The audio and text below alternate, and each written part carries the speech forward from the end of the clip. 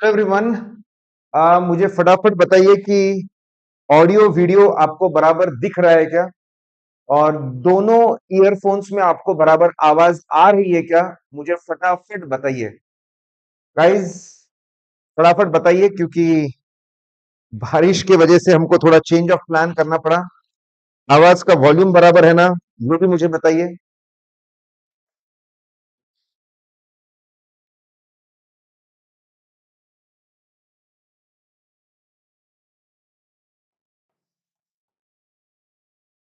Yes प्रेक्षा, बराबर बताइए। आपको आवाज बराबर आ रहा है? आर यू गेटिंग द गंगाराम? सब बराबर आ रहा है? ठीक है। Hit the like button. Let me know if everything is all fine. Ekta, yes, everything is all fine.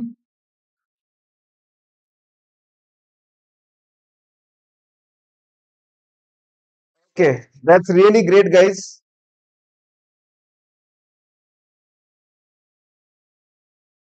Okay, दोनों दोनों हेडफोन में आवाज आ रहा है क्या? मुझे बताइए। चेक करके बताइए कि दोनों हेडफोन में आवाज आ रहा है क्या? करिश्मा ने तो एकदम माहौल कर दिया। ओके, बोले सर एक ही हेडफोन है तो मैं क्या करूं अब? Okay, I understand. चलिए।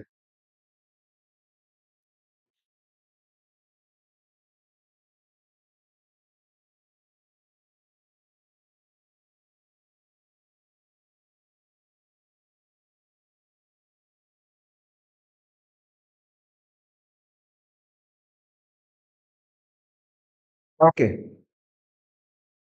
Guys.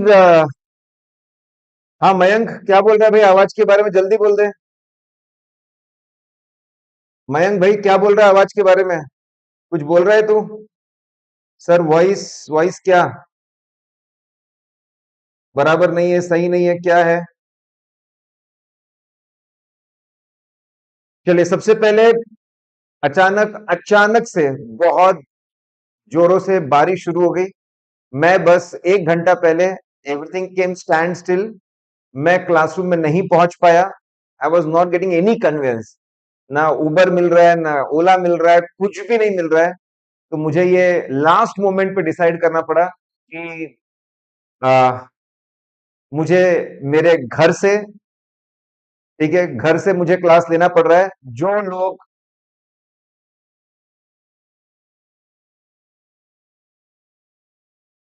Okay, just a minute. आवाज मोटा आ रहा है भाई। आवाज को लेकर सब बता दो। Is it all good? Mohammed Shoaib, बराबर आ रहा है कि भाई मोटा आवाज आ रहा है? किसी को ये प्रॉब्लम है? Please let me know guys. मुझे आखिरी मोमेंट पे प्लान चेंज करना पड़ा और मैं यहाँ से क्लास ले रहा हूँ। जो लोग क्लासरूम में बैठे हुए बच्चों, मैं कल से एक नहीं 1.5 घंटा पहले निकल जाऊंगा ताकि ये प्रॉब्लम फिर से ना आए। I will be there in front of you. ठीक है, जस्ट अ मिनट, मैं एक बार कंफर्म कर लूं।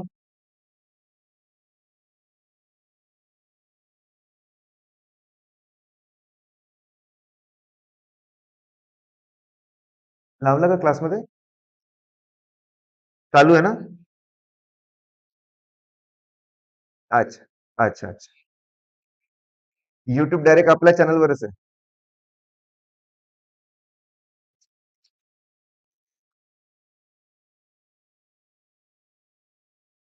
हॅलो, एकदा सुरू कर आणि मला सांग मग. हा, ठीक आहे, ठीक आहे. आता बघ माझा आवाज बरोबर येतोय का?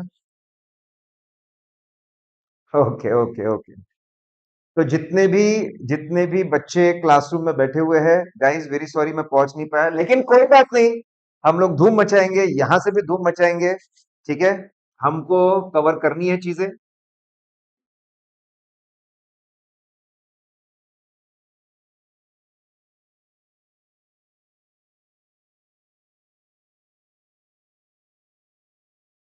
हेलो,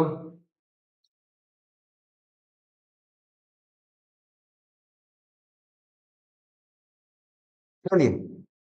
अब कोई बोल रहा है कि मैनेजेबल है आवाज, कोई बोल रहा है कि क्लियर है आवाज। सर बिल्कुल चिंता मत करिए, मैं ये मान के चल रहा हूँ कि इट इज मैनेजेबल। चलिए आज के दिन सब लोग मैनेज करेंगे। बच्चों हम लोगों ने कल बहुत जोरदार सेशन लिया। अगर किसी ने मिस किया है तो कोई बात नहीं, कल के सेशन की लिंक है, 1.5 घंटे का ही सेशन है, आपने उसको जरूर जरूर देखना चाहिए।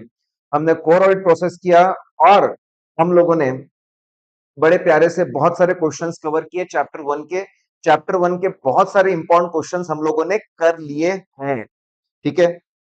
और ये जो लिंक है ये बहुत ज्यादा इंपॉर्टेंट है।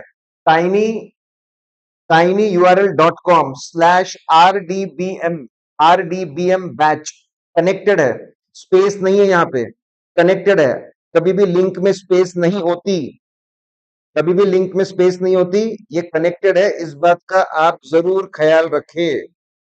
कुछ बच्चे स्पेस देकर दे रहे थे, इस लिंक के ऊपर आपको सब कुछ मिल जाएगा, बहुत इंपॉर्टेंट है, ठीक है। चले बच्चों, फटाफट हम लोग शुरू करते हैं। आज का दूसरा दिन है। मैंने आप लोगों को होमवर्क भी दिया था कि चैप्टर 1 का फाड़ू देखकर आएंगे। अगर देख के आएंगे, मैंने आपको एक ही चीज बताई थी, मैं जो बोलूं वो आप रिलीजियसली फॉलो करें, ठीक है, रिलीजियसली फॉलो करें। बेटा नमान, पूरी ये जो लिंक मैंने बताई अभी, वो लिंक के ऊपर सब कुछ है, एवरीथिंग इज देयर, ठीक है, सब कुछ है। मैंने ठीक है, मैंने ये कल भी बताया था, आज भी बताया है, और मैंने ये लिंक, एक मिनट,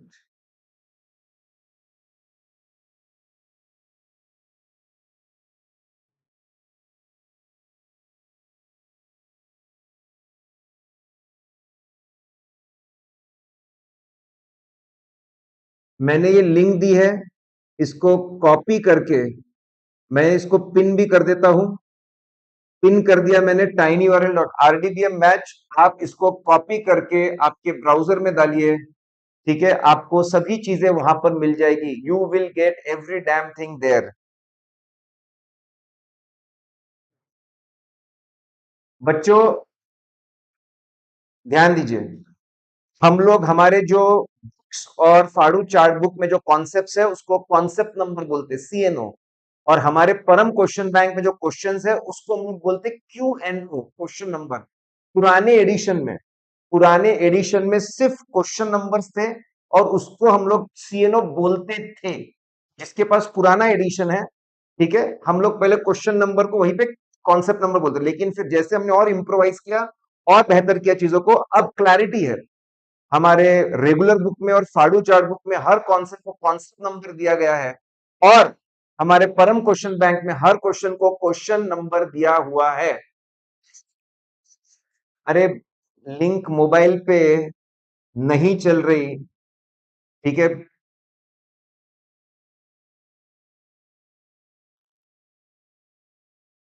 मैं अभी क्या बोलूं इसके लिए, it is very difficult, I can say anything.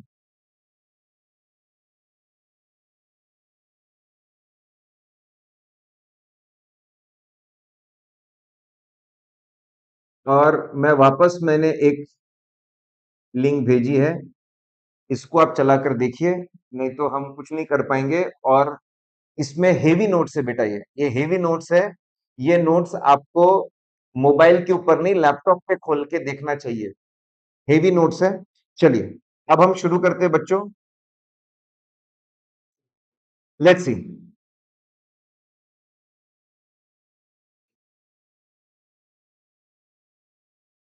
Now अब आज का हम लोग टारगेट देखते हैं।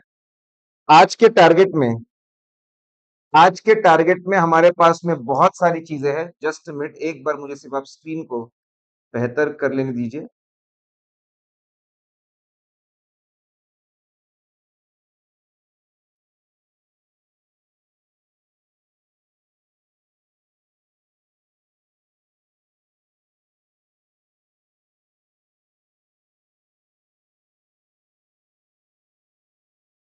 ठीक है, चलिए Day 2 हम लोग शुरू कर रहे हैं। अब इसमें हम लोग चैप्टर नंबर 1, हम लोग चैप्टर नंबर 1 के कुछ क्वेश्चंस करेंगे, और उसके बाद में हम लोग चैप्टर नंबर 1 के बाद चैप्टर 2 भी, तो हमारी कोशिश है कि आज चैप्टर नंबर 1 भी खत्म हो जाए, फिर चैप्टर नंबर 2 भी हम लोग खत्म कर दें। पहला क्वेश्चन है हमारे पास में, फर्स्ट क्वेश्चन इज ऐसे इंट्रो का 05005 ऐसे इंट्रो का परम क्वेश्चन बैंक में आएंगे, तो ऐसे इंट्रो का 0.05 नंबर का क्वेश्चन है जो हम लोग अभी देखने वाले हैं। ऐसे इंट्रो का 0.05 वाला क्वेश्चन हम लोग देख रहे हैं, ठीक है। नाउ इसके अंदर देखिए मैंने कॉन्सेप्ट नंबर दिया है। हमारे बुक का जो हर एक क्वेश्चन है फाड़ू चार्ट बुक के, आपको फाड़ू चार्ट बुक के पेज नंबर 2 पे जाना है। क्वेश्चन पहले हम लोग डिस्कस कर लेते हैं। देखिए ये क्वेश्चन अगर आप देखेंगे कितनी बार ओल्ड कोर्स में, अगर मैं बात करूं, प्रैक्टिस मैनुअल में आया हुआ है, मॉक टेस्ट पेपर में आया हुआ है, ठीक है, मई 16 के आरटीपी में, मई 18 के मॉक टेस्ट पेपर में, नवंबर 18 के आरटीपी में, मई 19 के मॉक में इतनी बार आया हुआ है। अभी तक न्यू कोर्स में टारगेट नहीं हुआ है, लेकिन ये हमारे मॉड्यूल का हिस्सा है, मॉड्यूल का हिस्सा है, इसीलिए हमारे लिए इंपॉर्टेंट हो जाता है। और इसका फोकस क्या है मैं आपको बता दूं, स्टेटमेंट्स और गाइडेंस नोट्स। बहुत सिंपल सा है, लेकिन बच्चे इसमें अच्छा आंसर नहीं लिख पाते। क्यों नहीं लिख पाते वो भी मैं आपको बताऊंगा, और हम कैसे लिखे वो भी मैं आपको बताऊंगा। स्टेटमेंट्स और guidance notes whether they are mandatory और रिकमेंडरी डिस्कस करना है इसको, ठीक है। फाड़ू के पेज नंबर 2 पे है हम लोग। चलिए फाड़ू के पेज नंबर 2 पे हम लोग जाते हैं। अगर आप फाड़ू के पेज नंबर 2 के ऊपर आएंगे, ठीक है, तो फिर आपको ये कॉन्सेप्ट मिलेगा ऐसा। फाड़ू के पेज नंबर 2 पे कॉन्सेप्ट नंबर 180 मिलेगा। चलिए फटाफट, तो आप क्या जवाब देंगे? आप पहले सी इंस्टीट्यूट को बताएंगे कि सबसे पहले तो statements and standards mean same, statement और स्टैंडर्ड्स एक ही होते हैं। पुराना नाम स्टेटमेंट्स था, नया नाम स्टैंडर्ड्स है। पुराने नाम स्टेटमेंट था, नया नाम स्टैंडर्ड्स है। दो तरह के स्टैंडर्ड्स होते हैं। एक आपके अकाउंटिंग स्टैंडर्ड्स जो अकाउंटिंग के लिए होते हैं, और दूसरे स्टैंडर्ड्स ऑन ऑडिटिंग जो ऑडिटिंग के लिए होते हैं। आप उसमें बताएंगे बहुत ही क्रिटिकल, बहुत क्रिटिकल जो मैटर्स है अकाउंटिंग के, और जो बहुत ही क्रिटिकल मैटर्स है ऑडिटिंग के लिए, उसके लिए इंस्टीट्यूट स्टेटमेंट्स और स्टैंडर्ड्स इशू करता है। इसकी सबसे सबसे खास बात ये, आपको पहले स्टेटमेंट स्टैंडर्ड्स का मतलब बताना है, फिर आपको बताना है कि किसके लिए इशू होते हैं। आपको ये बताना है कि ये मैंडेटरी है, यार मैंडेटरी, यस, मैंडेटरी नेचर, सभी चार्ट अकाउंटेंट्स को ये स्टेटमेंट स्टैंडर्ड फॉलो करना ही पड़ेगा।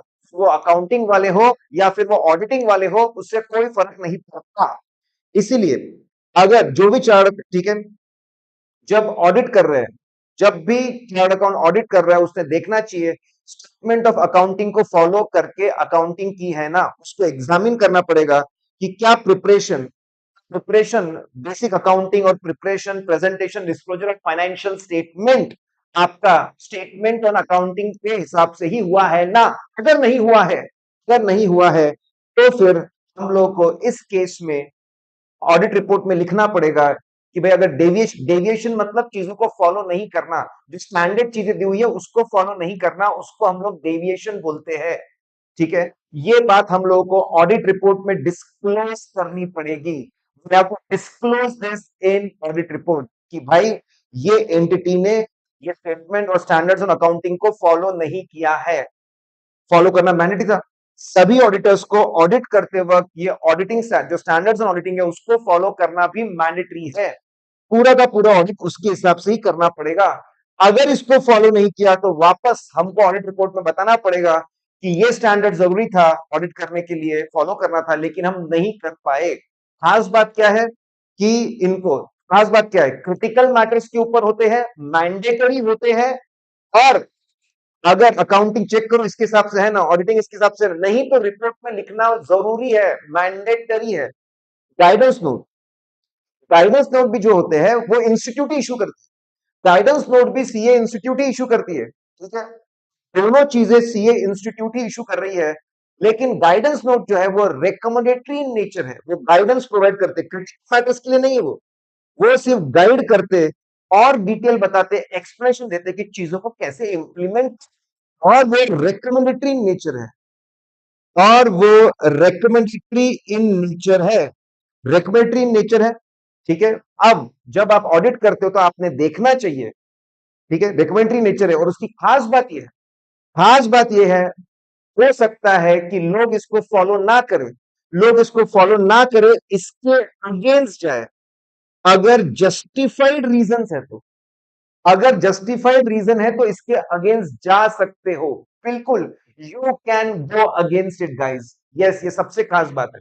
जैसे गाइडेंस नोट है, ऑडिटिंग का गाइडेंस नोट है, उसमें बोला है कि होटल इंडस्ट्री में रेशियोज निकालना है, अगर जस्टिफाइड है तो हो सकता है वो रेशियोज ना निकाले, आपको चेकिंग ना करे, जस्टिफाइड हो तो इसके अगेंस्ट जा सकते हैं, सबसे बड़ा डिफरेंस है। वापस ऑडिट करते वक्त देखना है कि गाइडेंस नोट ऑन अकाउंटिंग को फॉलो किया गया ना, अगर उसको फॉलो नहीं किया, डेविएशन, ठीक है, तो फिर सोचना पड़ेगा, कंसिडर, कंसिडर करना मतलब केयरफुली सोचना पड़ेगा, सोचना पड़ेगा क्या बहुत बड़ा मामला है, क्या बहुत फर्क पड़ रहा है, क्या रिपोर्ट में लूं कि नहीं लूं। ये सबसे इंपॉर्टेंट फर्क है कि अगर स्टैंडर्ड फॉलो नहीं होते तो रिपोर्ट में बताना ही पड़ेगा, लेकिन गाइडेंस तो अगर फॉलो नहीं होते तो हम देखना पड़ेगा क्या फॉलो नहीं किया, क्यों फॉलो नहीं किया, जस्टिफाइड रीजन है क्या, बताने की जरूरत है क्या, बहुत बड़ी बात है क्या, कंसीडर करना पड़ेगा। वैसे ही जब आप ऑडिट कर रहे हो, जब आप ऑडिट कर रहे हो, ऑडिट में भी आपको देखना पड़ेगा गाइडेंस नोट फॉलो किया क्या, अगर डेविएशन है तो कंसीडर करना पड़ेगा, कंसीडर करना पड़ेगा कि उसको रिपोर्ट में डाले क्या डाले।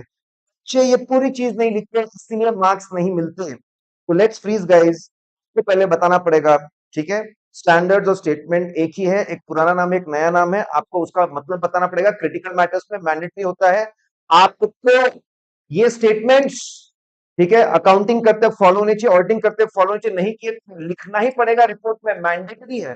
गाइडेंस नोट में ऐसा नहीं है, गाइडेंस नोट रिकमेंडरी नेचर है, जस्टिफाइड है तो आप इसके अगेंस्ट जा सकते हो, you can go against it, और अगर इसको फॉलो नहीं किया तो सोचना पड़ेगा कि रिपोर्ट में डाले या ना डाले, रिपोर्ट में डाला जाए कि ना डाला जाए, correct. I hope it is pretty clear, बताइए सब क्लियर है भाई, ठीक है, is everything all fine,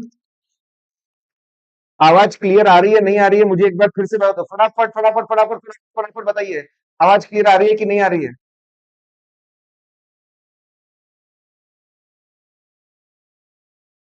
all clear, all clear, सही बोल रही है, ऑल क्लियर सर, कोई चिंता मत करिए, ठीक है, पूजा ने बोला था कि सर आवाज बराबर नहीं आ रही है, इसलिए मैंने एक बार और पूछ लिया, ठीक है, चलिए, it is all clear, it is said that it is all clear, all clear है तो बहुत ही बढ़िया बात है, कोई हमको चिंता करने की जरूरत नहीं है।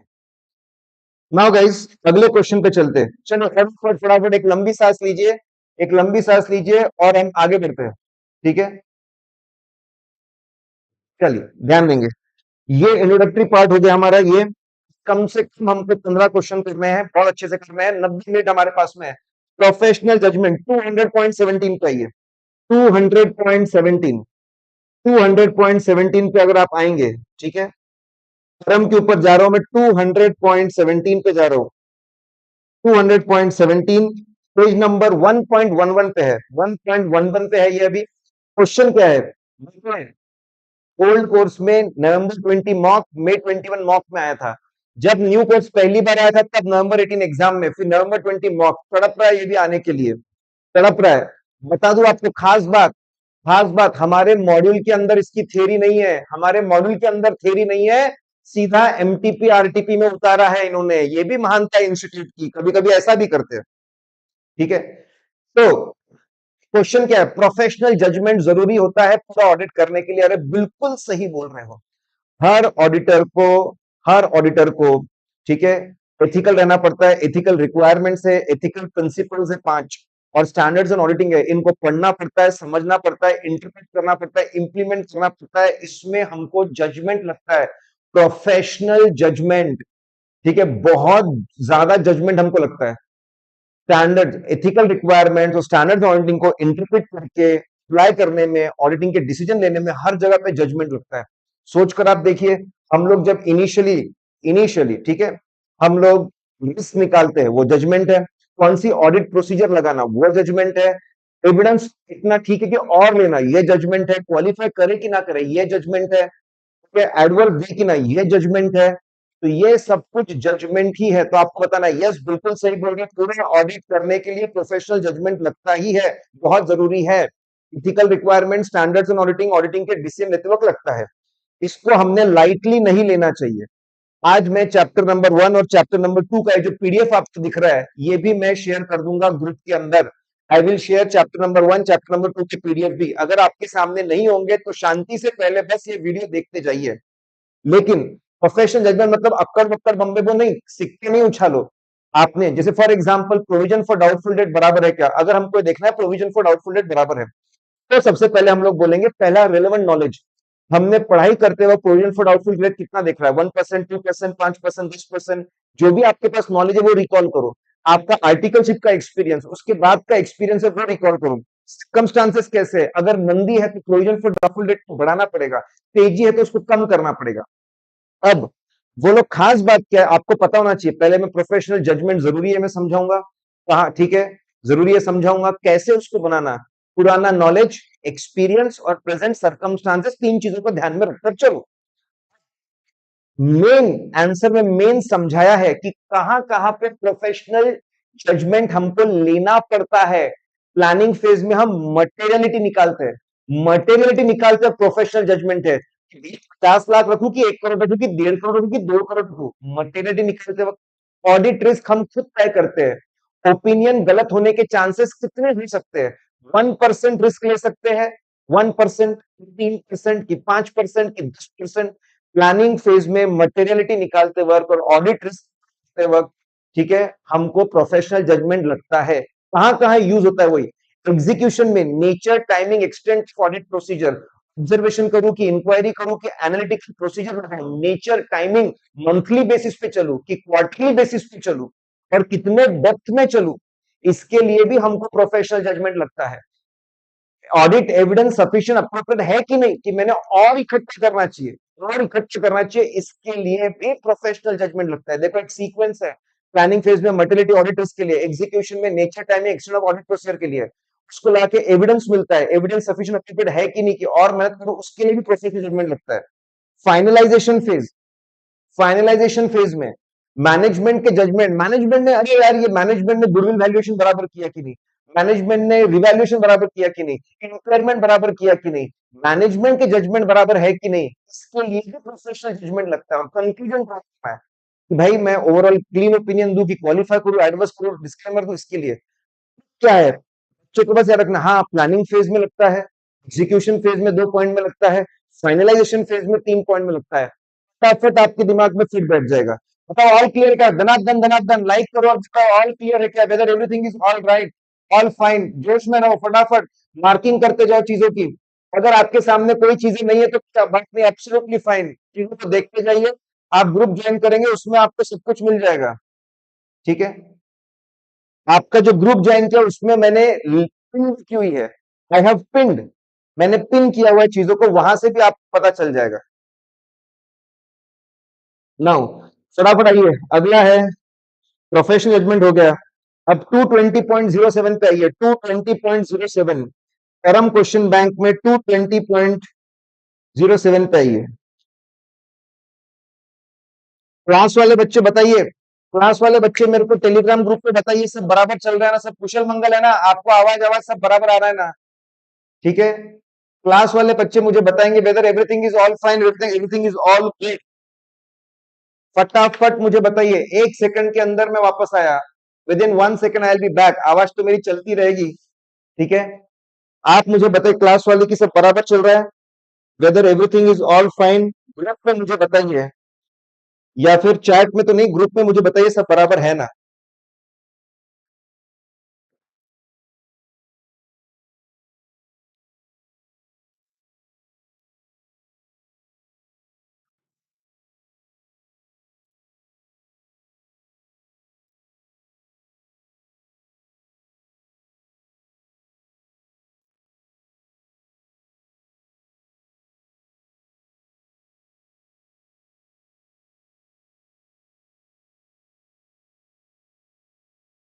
गाइस चलिए, ये क्वेश्चन मैंने होमवर्क में भी दिया था, लेकिन मुझे ऐसा लगा कि हो सकता है, ये मुझे बहुत इंपॉर्टेंट लगता है, ये मुझे बहुत बहुत बहुत ज्यादा इंपॉर्टेंट लगता है, क्योंकि मे 21 आरटीपी में ये पूछा गया, ठीक है।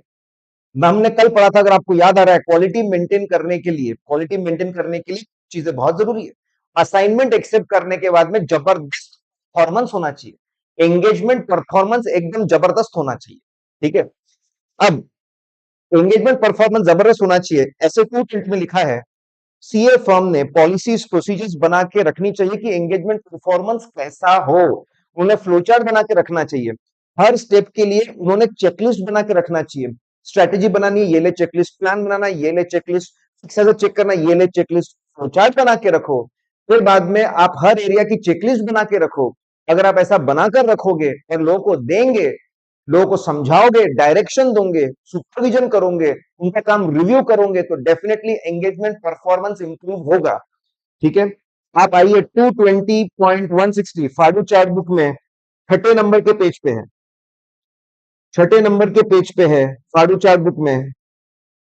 आइए उसके ऊपर फटाफट देखिए, ये है आरटीपी में आया ये क्वेश्चन, अभी तक एग्जाम में नहीं आया। आरटीपी में ये क्वेश्चन आया है, अभी तक एग्जाम में नहीं आया, बिकम्स एक्सट्रीमली एक्सट्रीमली इंपॉर्टेंट। ठीक है, एक्सट्रीमली इंपॉर्टेंट ये बन जाता है। नाउ लेट्स अंडरस्टैंड गाइस, चलिए देखते हैं हम लोग एंगेजमेंट परफॉर्मेंस की हम लोग बात करते हैं। क्या लिखा हुआ है, सबसे पहले पॉलिसीज और प्रोसीजर्स के बारे में लिखा हुआ है। हर सीए फर्म के अंदर पॉलिसी और प्रोसीजर होनी चाहिए ताकि ताकि एंगेजमेंट, जो एंगेजमेंट है, जो असाइनमेंट है, उसका परफॉर्मेंस बड़ा प्यारा है, इस तरीके से परफॉर्मेंस हो। देखिए, इस तरीके से परफॉर्मेंस हो, बहुत अच्छी पॉलिसीज प्रोसीजर होनी चाहिए ताकि सिस्टमैटिकली बहुत अच्छे से performance, to ensure quality audit है। क्वालिटी मतलब क्या, पूरा ऑडिट का काम शुरुआत से लेकर आखिर तक as per law, rules, regulations और प्रोफेशनल स्टैंडर्ड्स के हिसाब से हो, और आखिरी में जो रिपोर्ट इशू करते हैं बहुत ही रिलायबल हो।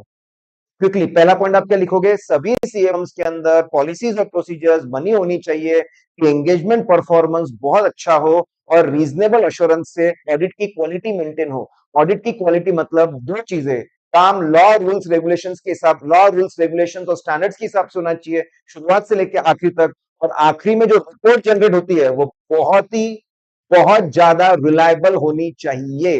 ठीक है, ये जो रिपोर्ट है उसका अगर मैं फॉर्मेट की बात करूं, ये जो पॉलिसीज एंड प्रोसीजर्स है, ये रिटन फॉर्म में मैनुअल हो सकता है, इलेक्ट्रॉनिक फॉर्म में पीडीएफ हो सकता है, सॉफ्टवेयर के फॉर्म में हो सकता है, इंडस्ट्री स्पेसिफिक हो सकता है, पर्टिकुलर ऑडिटिंग एस्पेक्ट के ऊपर अलग अलग से, जैसे वैल्यूएशन के लिए अलग से हो सकता है, इंपेयरमेंट के लिए अलग से हो सकता है, कंटेंट लायबिलिटी के लिए अलग से हो सकता है।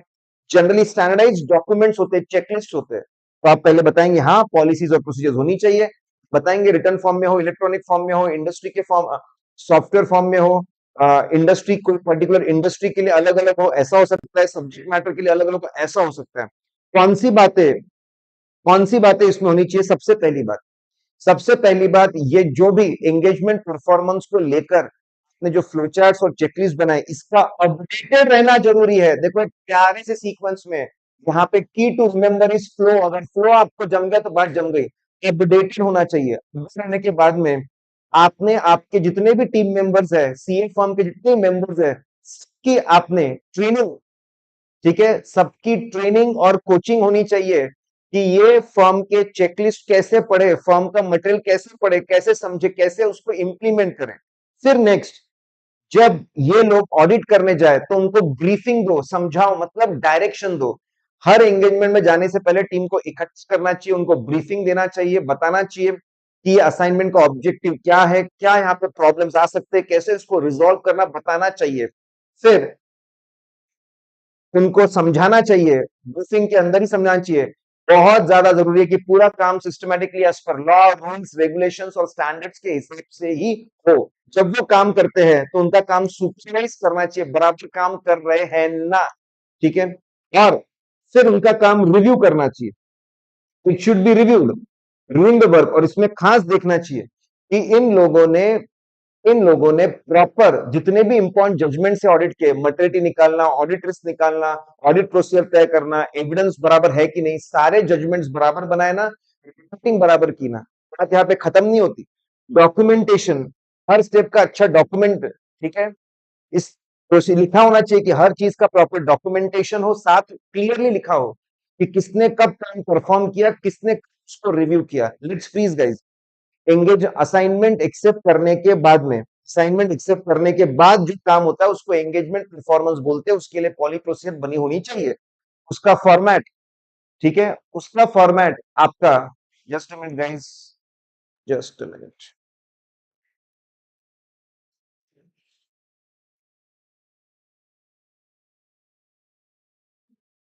उसका जो फॉर्मेट है, ठीक है, वो कैसे हो सकता है वो हमने देखा, और उसमें जो बातें हैं जो भी हो पहले अपडेटेड हो, फिर लोगों की उसकी ट्रेनिंग हो, ट्रेनिंग होने के बाद में उनको डायरेक्शन दे, ब्रीफिंग हो, उसके बाद उनको समझाया जाए कि इसको कंप्लाई करना बहुत जरूरी है, सिस्टम वैसा सेट किया है कि पूरे प्लान हो रहा है, उनका आप सुपरविजन करिए, काम खत्म होने के बाद में उनका रिव्यू करिए, और सब कुछ होने के बाद में उसका डॉक्यूमेंटेशन होना चाहिए। Is everyone clear about this? फटाफट मुझे बताएंगे कि सब लोग क्लियर है इसके बारे में, ठीक है, इसकी हवा लगी। Come on guys, show some energy, energetic रहिए नाउ। तो ऐसी, अब ये क्वेश्चन सिर्फ आरटीपी में आया हुआ है, ये क्वेश्चन सिर्फ आरटीपी में आया हुआ है, दैट बिकम्स, इसलिए आरटीपी के बाद वापस आया नहीं है, इसलिए बहुत ज्यादा इंपॉर्टेंट हो गया, ठीक है। चलिए आगे चलते हैं, आगे हम लोग बढ़ते हैं। अगर आपको क्वालिटी ऑफ ऑडिट को अच्छा रखना है तो पूरा काम खत्म होने के बाद, पूरा काम खत्म होने के बाद 220.08 चाहिए, उसी के नीचे 220.08 मॉनिटरिंग, 220.08 चाहिए मॉनिटरिंग। पूरी कहानी लिखी उन्होंने, बहुत कुछ लिखा, आखिरी में लिखा है, बहुत बार ऐसा होता है, इसलिए आखिरी लाइन को ये देखिए, अभी तक एग्जाम में नहीं आया। November 19 RTP, November 19 RTP, November 20 RTP में आया हुआ है, ठीक है। Explain about contact the purpose, purpose of monitoring, purpose of monitoring compliance with quality control procedures, extremely important, monitoring के बारे में पूछ रहे हैं, ठीक है। नवंबर 20 आरटीपी में आया हुआ है, बहुत ज्यादा चांसेस है कि नवंबर के एग्जाम में आए, लिख के बात, नवंबर में एग्जाम में आने के बहुत ज्यादा चांसेस है। क्वालिटी कंट्रोल्स को, क्वालिटी को अगर अच्छा रखना है तो आखिरी में मॉनिटरिंग होनी चाहिए। किस चीज की मॉनिटरिंग होनी चाहिए? आइए फाड़ू पेज की, फाड़ू के ऊपर पेज नंबर 6 के ऊपर आइए, पेज नंबर 6 पे आइए, वहां पे कॉन्सेप्ट नंबर 180, असाइनमेंट्स कंप्लीट होने के बाद में generally quarterly basis, half yearly basis और ईयरली बेसिस पे मॉनिटरिंग प्रोसेस होनी चाहिए, ठीक है। मॉनिटरिंग प्रोसेस के लिए पॉलिसीज प्रोसीजर्स होनी चाहिए। मॉनिटरिंग मतलब क्या? मॉनिटरिंग मतलब ये देखना कि फर्म का जो क्वालिटी कंट्रोल सिस्टम है, वो सिस्टम जो इंश्योर करता है कि क्वालिटी ऑडिट हो, जो सिस्टमैटिक एक अप्रोच देता है कि ऑडिट को स्टेप बाय स्टेप कैसे करना चाहिए, उसका जो फ्लो चार्ट कंप्लीट देता है, जो हर चीज के चेकलिस्ट देता है, ये जो है, ठीक है, ऑडिट का काम शुरुआत से लेकर आखिर तक कैसा हो, इसका जो गाइडेंस देता है, इसी स्टेप्स को, इसी सिस्टम को हम लोग बोलते हैं quality control system. Monitoring process क्या होता है? मॉनिटरिंग प्रोसेस ये होता है कि जाकर देखो कि फॉर्म के अंदर जो ऑडिट करने का सिस्टमैटिक स्टेप प्रोसेस दिया हुआ है, उसको समझो, is it relevant, is it updated, नए एक्ट के हिसाब से, नए अकाउंटिंग स्टैंडर्ड्स ऑन ऑडिटिंग के हिसाब से उसको अपडेट किया गया है ना, कवरेज सभी फाइनेंशियल आइटम्स को कवर करता है ना, सभी इंडस्ट्रीज को अच्छे से कवर करता है ना, क्या वो रेलेवेंट है, अपडेटेड है, क्या वो सभी चीजें कवर करता है, क्या लोग उसको समझ के, is it operating and is it, क्या लोग इसको समझते और बराबर इंप्लीमेंट करते हैं, is complied with, is it operating and is it complied with. बहुत सिंपल, मॉनिटरिंग करना मतलब क्वार्टर एंड पे, हाफ ईयर एंड पे, ईयर एंड पे जा देखना कि quality control system, is it still relevant, is it adequate, is operating effectively. इसको करने के दो तरीके हैं, इसको करने के दो तरीके हैं। जैसे इंडस्ट्री में जो फर्म्स होती है एमआईएस बनाते हैं, वैसे ही सीए फर्म एमआईएस बना सकती है। दे कैन मेक एमआईएस कि इस क्वार्टर में कितने ऑडिट्स हुए, सब में स्ट्रेटेजी बनी ना, सब में प्लान बनाना, सब में रिस्क असेसमेंट हुआ ना, सब में टेस्ट ऑफ कंट्रोल हुआ ना, सब में सप्लीमेंट्री प्रोसीजर्स हुई ना, सब में रिटर्न रिप्रेजेंटेशन लिया ना, सब में ऑडिट रिपोर्ट बराबर बनाई ना। ऑनगोइंग एमआईएस प्रोसेस हो सकता है, उससे समझ में आ सकता है, ठीक है, कि क्या सिस्टम्स बराबर डिजाइन है, बराबर बने और लोग उसको फॉलो कर रहे हैं।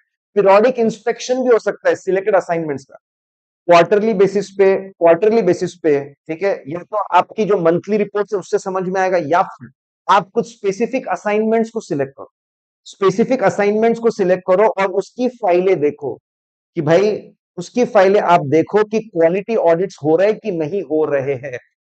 तो पहले आपको समझाना है। देखो बच्चों को समझ में नहीं आता है जल्दी, इसलिए मैं इसको बहुत अच्छे से समझा रहा हूं।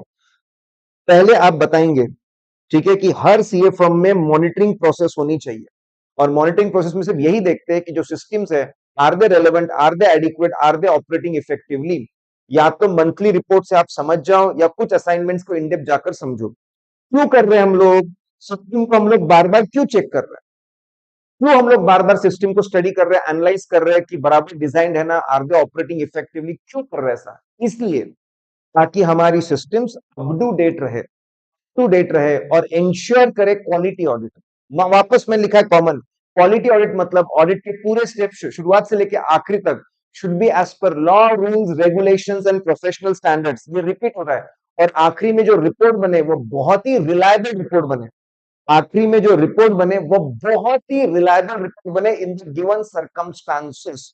ये भी देखने के लिए कि quality control systems are properly designed, उसके स्टेप्स बराबर है, properly designed, they properly implemented, खास करके एंगेजमेंट पार्टनर्स उसको अच्छे से इंप्लीमेंट कर रहे हैं ना, ये उसका पर्पज है। उसकी जिम्मेदारी देनी चाहिए कॉम्पिटेंट इंडिविजुअल्स को, कुछ पार्टनर्स को, ऑफिसर्स को, एम्प्लॉयज को सीए फर्म के सिलेक्ट करना चाहिए ग्रुप की। तुम्हारी जिम्मेदारी है ये देखना कि हमारा जो ऑडिट करने का तरीका है, जो क्वालिटी कंट्रोल सिस्टम है, उसको कहां कहां पे इंप्रूव करें, कहां कहां पे हम लोग बेहतर करें। जैसे कोई काम मैनुअल करते हैं उसको ऑटोमेट करने की जरूरत है क्या, नए सॉफ्टवेयर की जरूरत है क्या, उसको बड़ा करने की जरूरत है क्या, उसके लिए ये जिम्मेदारी कुछ लोगों को देना चाहिए। और उन्हें देखना चाहिए कि कहां पे डिजाइन बेहतर करें और कैसे इसका कंप्लायंस बढ़ाए। लोगों को ट्रेनिंग करो, मोटिवेट करो, एनकरेज करो, तो लोग उसको फॉलो करेंगे। तो आपको अगर मॉनिटरिंग पे क्वेश्चन आता है तो आप बताएंगे मॉनिटरिंग मतलब क्या, उसको करने के दो तरीके। आप बताएंगे पर्पस क्या है, पर्पस ये है कि अल्टीमेटली क्वालिटी ऑडिट निकल कर आए और सिस्टम इंप्रूव होता रहे। और तीसरा आप समझाएंगे कि जिम्मेदारी कॉम्पिटेंट इंडिविजुअल्स को देनी पड़ेगी। तीन बातें आपको समझानी पड़ेगी। You will have to explain these three things, correct? Come on come on come on guys, मेरे साथ में ये फटाफट फटाफट करना है, ठीक है? रेगुलर बैच नहीं है, हमको बहुत सारी बातें फटाफट करनी है, ठीक है? चलिए, आर यू विथ मी? चलिए बताइए, आर यू विथ मी? ठीक है, मेरे साथ साथ में चल रहे हैं आप?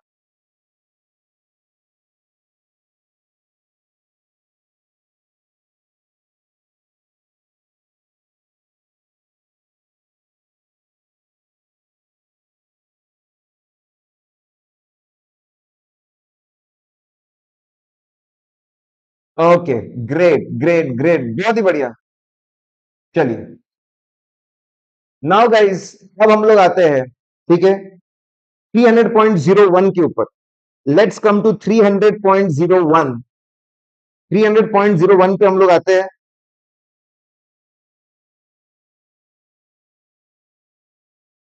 300.01 पे आइए। चलिए, ऐसे 300 सुन लीजिए, ध्यान दीजिए, अभी बड़ा इंटरेस्टिंग है। हम लोग पहले ऐसे 300 के अगर अंदर अगर आप जाएंगे तो हम लोग पहले ओवरऑल ऑडिट स्ट्रैटेजी को बनाते हैं ब्रॉड, और उसके बाद में हम लोग डिटेल प्लान बनाते हैं। We make overall audit strategy और उसके बाद हम लोग डिटेल्ड प्लान को बनाते हैं। पहले स्ट्रैटेजी, फिर हम लोग प्लान। लेकिन अब ध्यान से सुनिए, हमारी जो ट्रेडिशनल थ्योरी है, जो ऐसे बेस्ड थ्योरी नहीं है, ट्रेडिशनल देसी थ्योरी है, उसमें ओवरऑल ऑडिट स्ट्रैटेजी को बोलते हैं ओवरऑल ऑडिट प्लान। जो ओवरऑल ऑडिट स्ट्रैटेजी है, ऐसे 300 के हिसाब से, ऐसे 300 के हिसाब से ओवरऑल ऑडिट स्ट्रैटेजी जो है, उसको हम लोग एडिशनल थ्योरी के हिसाब से बोलते हैं ओवरऑल ऑडिट प्लान। हम उसको बोलते हैं ओवरऑल ऑडिट प्लान। उसको ओवरऑल ऑडिट प्लान बोला जाता है, ठीक है? और फिर ध्यान दीजिए, हम लोग ऐसे 300 में जिस चीज को बोलते हैं ऑडिट प्लान, उसको देसी थ्योरी में बोला जाता है ऑडिट प्रोग्राम। उसको देसी थ्योरी में बोला जाता है ऑडिट प्रोग्राम। ये फर्क है।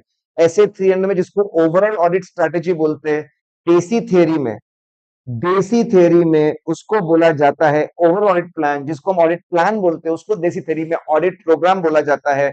इसका आप ध्यान रखना, तो इससे आपके मन में कंफ्यूजन नहीं होगा। ठीक है, ध्यान दीजिए। अब दो क्वेश्चन आते हैं। ओवरऑल ऑडिट प्लान एक अलग क्वेश्चन है और ओवरऑल ऑडिट स्ट्रैटेजी एक अलग क्वेश्चन है। अगर आप ये बात समझ गए तो आप एकदम जबरदस्त, एकदम बेहतर आप आंसर देंगे। कॉन्सेप्चुअली दोनों सेम है, लेकिन दो अलग अलग थ्योरी है, तो आंसर में थोड़ा फर्क होता है। मैं दोनों आपको करवाने वाला हूं ताकि आपके दिमाग में किसी भी तरह का कोई कंफ्यूजन ना रहे। Okay, let's see guys. अगर आप ओवरऑल प्लान बना रहे हो, अगर आप ओवरऑल ऑडिट प्लान बना रहे हो, आप लोगों को आप लोगों को कौन सी बातों का ख्याल रखना चाहिए? मैंने पहले पॉइंट्स को तीन उसमें बांटा है। इंपॉर्टेंट डॉक्यूमेंट्स, ऑडिट का प्रोसेस, लोग और रिपोर्ट। चार बातें चार ग्रुप में बातें है। Let's see. अगर आप ओवरऑल ऑडिट प्लान बनाना है, आपको इंपॉर्टेंट डॉक्यूमेंट्स, काउंटिंग और ऑडिटिंग को लगने वाले जितने भी लॉज है, रूल्स है, रेगुलेशंस है, उसको अच्छे से पढ़ना चाहिए। उसको ध्यान में रखकर आपने आपकी ओवरऑल ऑडिट प्लान बनाना चाहिए। जैसे फॉर एग्जांपल ऑडिट रिपोर्ट में बहुत सारी बातें लिखनी पड़ती है लॉ के हिसाब से, तो आपने आपके ओवरऑल ऑडिट प्लान में लिखना पड़ेगा कि अरे सेक्शन 143 की बातें, रूल 11 की बातें भी हमको चेक करके लिखना है। ये ओवरऑल ऑडिट प्लान में लिखना पड़ेगा। प्रोनाउंसमेंट्स, जो अकाउंटिंग स्टैंडर्ड्स है और जो स्टैंडर्ड्स ऑन ऑडिटिंग है, उसमें अगर कोई बात करने के लिए बोली है तो स्ट्रेटजी में लिखना पड़ेगा, अरे इस असाइनमेंट में ऐसे 570 गोइंग कंसर्न लगाना पड़ेगा। ठीक है, देखो सबसे बड़ा लॉ होता है, लॉ को पढ़ो, उसके हिसाब से ओवरऑल ऑडिट प्लान बनाओ। उससे छोटा उससे छोटा फिर आपके स्टैंडर्ड्स होते हैं, स्टैंडर्ड्स को पढ़कर अपना ओवरऑल ऑडिट प्लान बनाओ। उसमें लिखो कि भाई मुझे ऐसे 570 लगाना पड़ेगा। Terms of engagement, engagement letter में लिखा है कि जितनी नई ब्रांचेस है उसकी 100% चेकिंग करो, हमारी रिक्वेस्ट है, मैनेजमेंट ने बोला है। आपको स्ट्रेटेजी में न्यू न्यू ब्रांचेस के बारे में लिखना पड़ेगा। फिर उससे छोटा होता है अकाउंटिंग पॉलिसीज। अकाउंटिंग पॉलिसीज किस तरह की पॉलिसीज है? बहुत अगर अग्रेसिव पॉलिसीज है, अग्रेसिव पॉलिसीज को चेक करने के बारे में देना पड़ेगा। जहां पे चेंजेस बहुत सारे हैं भाई, चेंजेस इन अकाउंटिंग पॉलिसी को अच्छे से कवर करना पड़ेगा, उसके बारे में हमको लिखना पड़ेगा। तो आप बताइए, ये इंपॉर्टेंट डॉक्यूमेंट्स पढ़ने के बाद हम लोग हमारी स्ट्रेटेजी में बातें इंक्लूड करेंगे। पहले लॉ रिक्वायरमेंट्स, उससे छोटे प्रोनाउंसमेंट्स, ऑडिटिंग स्टैंडर्ड्स, उससे छोटे टर्म्स ऑफ एंगेजमेंट, उससे छोटे accounting policies. Process, audit process के पॉइंट्स। पहले आप मटेरियलिटी निकालते हो, मटेरियलिटी लेवल। तो आपको स्ट्रैटेजी बनाते वक्त मटेरियलिटी लेवल कैसा होगा उसके बारे में लिखना पड़ेगा। फिर आप इंपॉर्टेंट एरियाज तय करते हो। ठीक है, फिर आप इंपॉर्टेंट एरियाज तय करते हो कि सिग्निफिकेंट ऑडिट एरियाज कौन से होंगे। ठीक है, वो उसको उसकी लिस्ट आपको बनाना पड़ेगा कि भाई इनका फिक्स एसेट बड़ा है कि इन्वेस्टमेंट बड़ा है कि इन्वेंट्री बड़ी है कि वर्क इन प्रोग्रेस बड़ा है कि इनकी लाइबिलिटीज बड़ी है कि इनके प्रोविजंस बड़े हैं। तो सिग्निफिकेंट ऑडिट एरियाज भी लिखने पड़ेंगे ओवरऑल ऑडिट प्लान में। फिर तीसरे नंबर पे आपको ये बताना पड़ेगा कि रोटेशन, सभी ब्रांचेस एक साथ चेक नहीं कर सकते, तो हम लोग कैसे हर साल कितने कितने ब्रांचेस चेक करें, उसको रोटेट करते जाएंगे। 100 में से 20 इस साल किए, अगले साल 20 किए, अगले साल 20 किए, उसके बारे में ओवरऑल ऑडिट प्लान में लिखना पड़ेगा। इंटरनल कंट्रोल पे कितना भरोसा दिखा है, डिग्री ऑफ रिलायंस पुराने इतिहास के हिसाब से, वो प्लान में आपको लिखना पड़ेगा। ऑडिट एविडेंस कहां पे ज्यादा लेना, वो आपको लिखना पड़ेगा। स्पेशल कौन से कंडीशंस है, ठीक है, मंदी चल रही है मार्केट में उसके ऊपर, या फिर कोई फ्रॉड के एलिगेशंस लगे हुए, कौन से चीजों पे ज्यादा ध्यान देना पड़ेगा। लेट्स प्लीज गाइस, मैं जानता हूं बहुत सारे पॉइंट्स है, इट्स ओके, इसमें से 60-70% भी पॉइंट्स आपने लिखे तो बात बन जाएगी। ठीक है, ऑडिट प्रोसेस से रिलेटेड बातें, ऑडिट प्रोसेस से रिलेटेड जो बातें होती है, वो बातें भी सोचकर आपको ओवरऑल ऑडिट प्लान में लिखनी पड़ेगी। नेक्स्ट है आपका people and staff.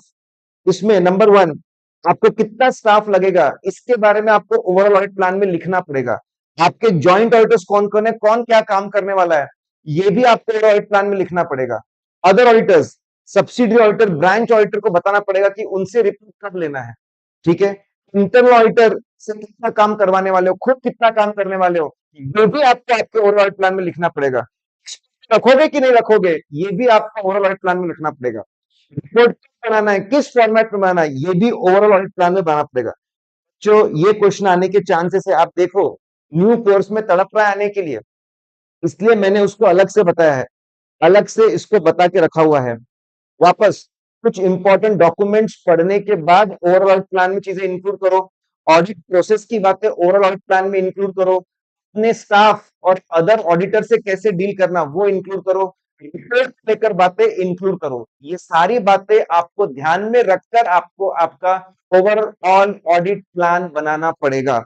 I hope this is crystal clear आपके दिमाग में। ठीक है, चलिए, क्रिस्टल क्लियर है ओवरऑल ऑडिट प्लान। नेक्स्ट है आपका ओवरऑल ऑडिट स्ट्रेटेजी। कमान, सब लोग जिंदा है ना भाई? पूरा जोर लगाइए, ठीक है? फटाफट फटाफट, शो सम एनर्जी। करेक्ट, मजा आ रहा है? लाइक बटन दबाइए, और ठीक है, लाइक बटन दबाइए, और अगर मजा आ रहा है तो आप ये वीडियो खत्म होने के बाद में कमेंट जरूर करिए। कल के वीडियो पे भी कमेंट करिए उसमें कितना मजा आया था। हमारी पूरी टीम इसको बहुत ज्यादा एंजॉय करती है, उनको बहुत ज्यादा एक्साइटमेंट रहती है, बूस्ट करती है कि ऐसी एक्टिविटीज, ऐसी क्लासेस आपके लिए ज्यादा से ज्यादा हम लोग लेकर आए। ठीक है, now let's see guys. Very good, very good, very good, very good, जिंदा है लोग, जिंदा है लोग, अच्छी बात है। Now, relationship between overall audit strategy and audit plan, दोनों के बीच में रिलेशनशिप क्या है उसके बारे में हमको देखना है। What is relationship between overall audit strategy and audit plan? ठीक है, 300.15, 300.15,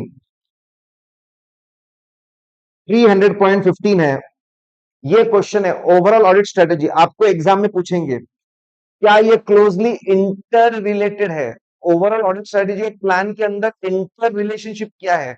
या फिर दूसरा देखो कैसा पूछा है दूसरी बार, कि भाई पहले स्ट्रेटेजी बनती है फिर प्लान बनता है, एक्सप्लेन। ठीक है, स्टडी मटेरियल 17 में था, May 19 मॉक में था, स्टडी मटेरियल 20 में था, स्टडी मटेरियल 21 में है, तड़प रहा है एग्जाम में आने के लिए ये। ठीक है, फाड़ू के पेज नंबर 9 पे, फाड़ू के पेज नंबर 9 पे है ये।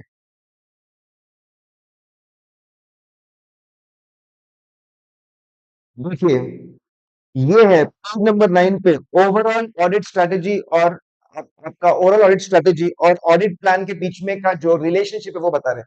पहले तीन बातें आपको समझ, जनरली बिल्कुल सही है। जनरली इनिशियल स्टेजेस पे ओवरऑल ऑडिट स्ट्रेटेजी चलती है, लगभग 4-5 पेज का डॉक्यूमेंट होता है। ये की डिसीजंस होते हैं ऑडिट को लेकर, ब्रॉड डिसीजंस होते हैं कि ऑडिट में क्या चेक करना है, कैसे चेक करना है, इसको समझाया जाता है ब्रॉड बेसिस पे। ठीक है, कि ऑडिट कैसे करना है, मंथली की, क्वार्टरली, बड़ी टीम की, छोटी टीम। अब इसके बेसिस पे हर स्टेप का, हर एरिया का detail step by step instructions के साथ में प्लान बनता है, हर एरिया के लिए, हर स्टेप के लिए। ठीक है, बिल्कुल। और स्ट्रैटेजी प्लान बनाना ये वन टाइम एक्टिविटी नहीं है, डेफिनेटली इनिशियल स्टेज में बहुत समय देके स्ट्रैटेजी और स्ट्रैटेजी के बेसिस पे प्लान बनाते हैं।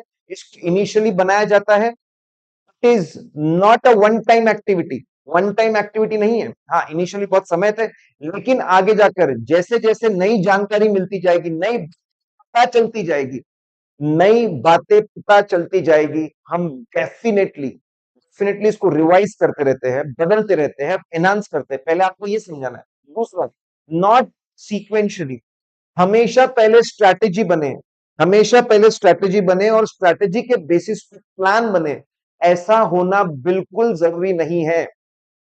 सीक्वेंस बदल भी सकती है, sequence can change. Yes guys, sequence can change. मैं आपको एग्जांपल, कभी कभी ऐसा होता है पहले प्लान को चेंज किया फिर स्ट्रैटेजी को चेंज किया। यस, फॉर एग्जाम्पल हमको डाउट आ रहा है कि इनके एक प्लान में हो सकता है फ्रॉड हुआ है, हमने बोला एक काम करो, 10 दिन और 4 लोग एक्स्ट्रा लगाओ, कुछ बातें देखो कि सही में इनके स्टॉक लेवल गड़बड़ है क्या, मिसमैच है क्या। अगर ये कंफर्म होता है तो फ्रॉड के पूरे के चांसेस है, फिर हम स्ट्रैटेजी को बदलेंगे। ठीक है, फिर हम स्ट्रैटेजी को बदलेंगे और फिर टाइम अलोकेट करेंगे। तो यस, कभी कभी ऐसा भी होता है कि ऑडिट प्लान बदलते हैं, उसको इंप्लीमेंट करते हैं, ऑडिट प्लान को बदला जाता है हल्का फुल्का, उसको फिर उसके बेसिस पे स्ट्रैटेजी को बदला जाता है, लेकिन जो भी हो वो इंटर रिलेटेड है। तीन बातें समझानी पड़ेगी, जनरली पहले क्या होता है, बाद में क्या होता है, पहले क्या चेंज होता है, बाद में क्या चेंज होता है, आपको ये बात बतानी पड़ेगी। हाँ, कि वन टाइम एक्टिविटी नहीं है, इसको बार बार हम लोग अपडेट करते थे, फिर आपको बताना पड़ता है। सीक्वेंशियल होना बिल्कुल भी जरूरी नहीं होता, ठीक है। पहले एक बाद में एक सीक्वेंस बदल सकता है, लेकिन जो भी हो ये इंटर रिलेटेड होते हैं, दे आर इंटर रिलेटेड, ठीक है। चलिए ये भी हम लोगों ने कवर कर लिया। बहुत बढ़िया, बहुत बढ़िया, हम लोग आगे बढ़ रहे हैं, फटाफट फटाफट हम लोग आगे बढ़ रहे हैं, ठीक है। अब अगला है 300.17। 300.17 सारू में वही पेज नंबर 2.3 पेज नंबर के ऊपर है, 300.17, ठीक है। क्या ऑडिट स्ट्रेटेजी और प्लान को ओवर पीरियड ऑफ टाइम बदला जाता है क्या?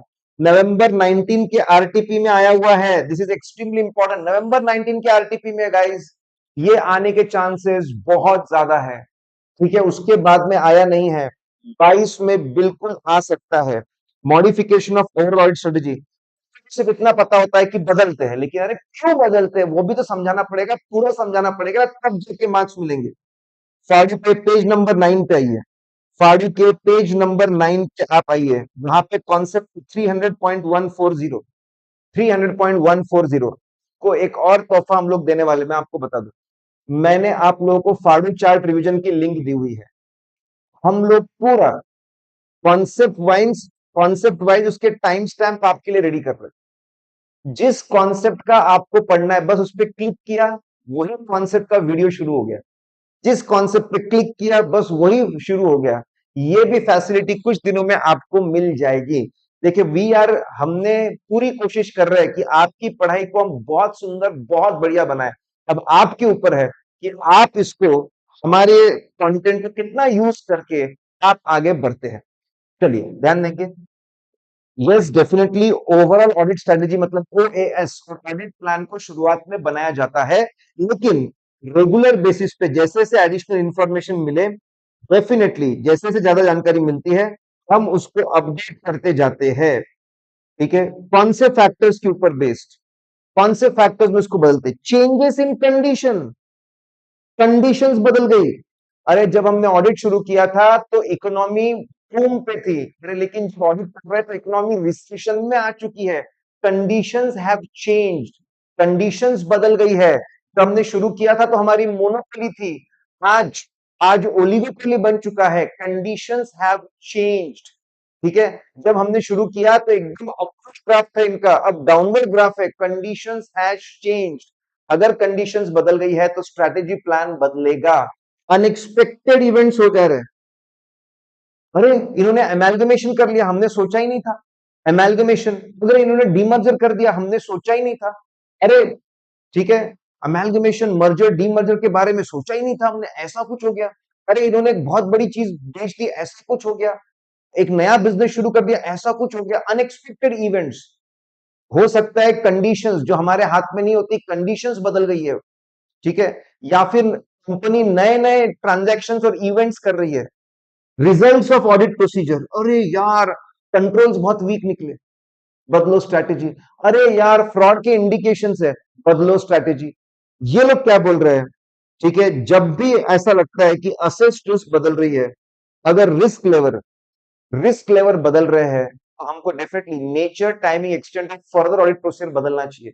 नेचर ऑफ चेकिंग मतलब इंक्वायरी करना क्या, ऑब्जर्वेशन करना क्या, इंस्पेक्शन करना क्या, रिटर्न रिप्रेजेंटेशन लेना क्या, कंफर्मेशन लेना क्या, ये सब नेचर है। टाइमिंग कब और एक्सटेंट कितने डेप्थ में, डेफिनेटली अगर हमको पता चला कि रिस्क लेवल बदल रहा है तो हमको फर्दर ऑडिट प्रोसीजर भी बदलना चाहिए। आप बताएंगे यस, इनिशियल स्टेज पे किया जाता है, लेकिन ओवर पीरियड टाइम उसको अपडेट करते हैं। तीन फैक्टर्स है, कंडीशंस बदल गई, कर दो चीजें अपडेट। अनएक्सपेक्टेड इवेंट्स हो गए, सोचा ही था ऐसा कुछ होने वाला है, करो चीजें। रिजल्ट ऑफ ऑडिट प्रोसीजर अजीबोगरीब आ रहा है, करो चेंजेस। ये तीन रीजन की वजह से चेंजेस करने पड़ेंगे। और जहां पर भी देखिए रिस्क लेवल बदल रहा है, करस्पॉन्डिंग ऑडिट प्रोसीजर को भी कम ज्यादा करना पड़ेगा, ठीक है। बच्चों 1 2 3 4 5 6 7 8 8 क्वेश्चन हो चुके हैं, 8 क्वेश्चन हो चुके हैं। कम से कम 15 क्वेश्चन हमको और करने हैं।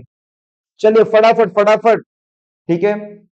एज आई से जोश दिखाइए, एनर्जी दिखाइए, ठीक है।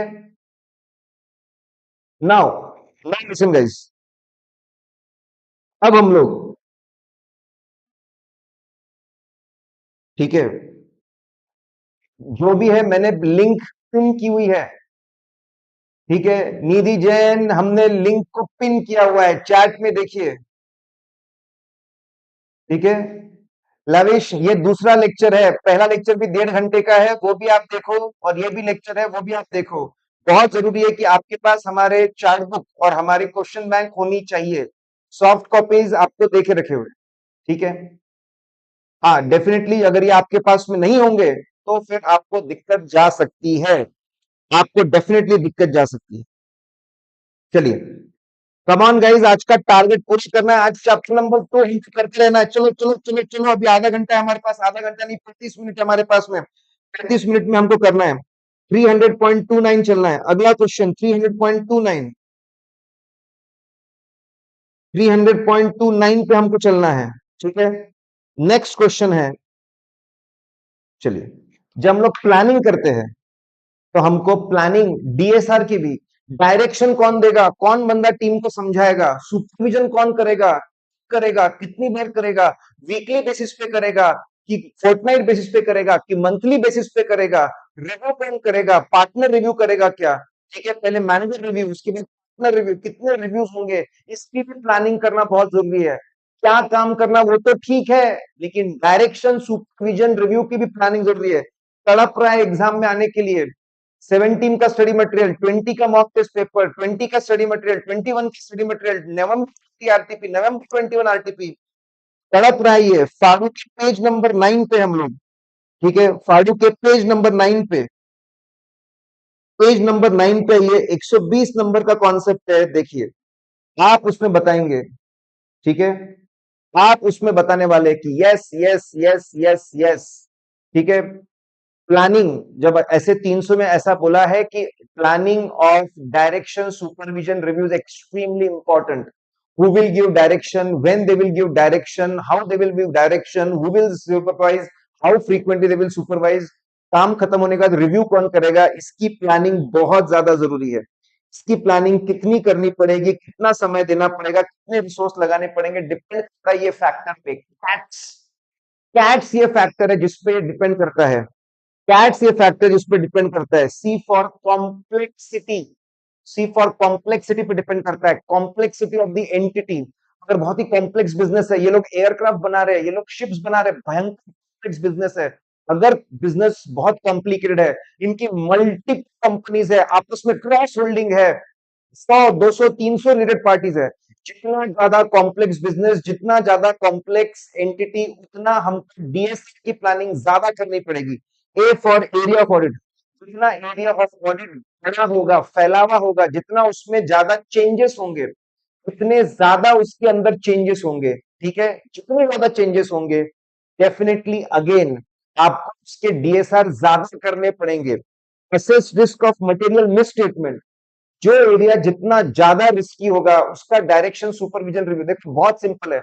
जितनी ज्यादा कॉम्प्लेक्सिटी, डीएसआर की प्लानिंग उतनी ज्यादा करो। एरिया ऑफ ऑडिट जितना ज्यादा बड़ा रहेगा, जितने ज्यादा चेंजेस रहेंगे उसके अंदर, उसकी डीएसआर की प्लानिंग ज्यादा करो।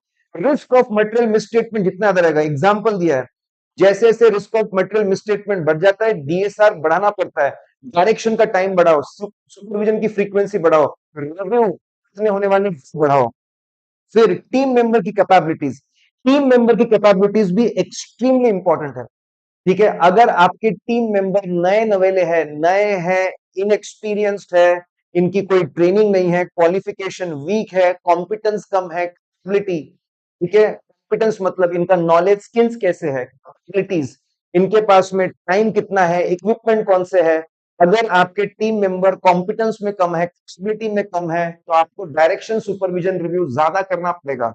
साइज ऑफ द एंटिटी, जितनी एंटिटी बड़ी होगी उतना डीएसआर ज्यादा लगेगा।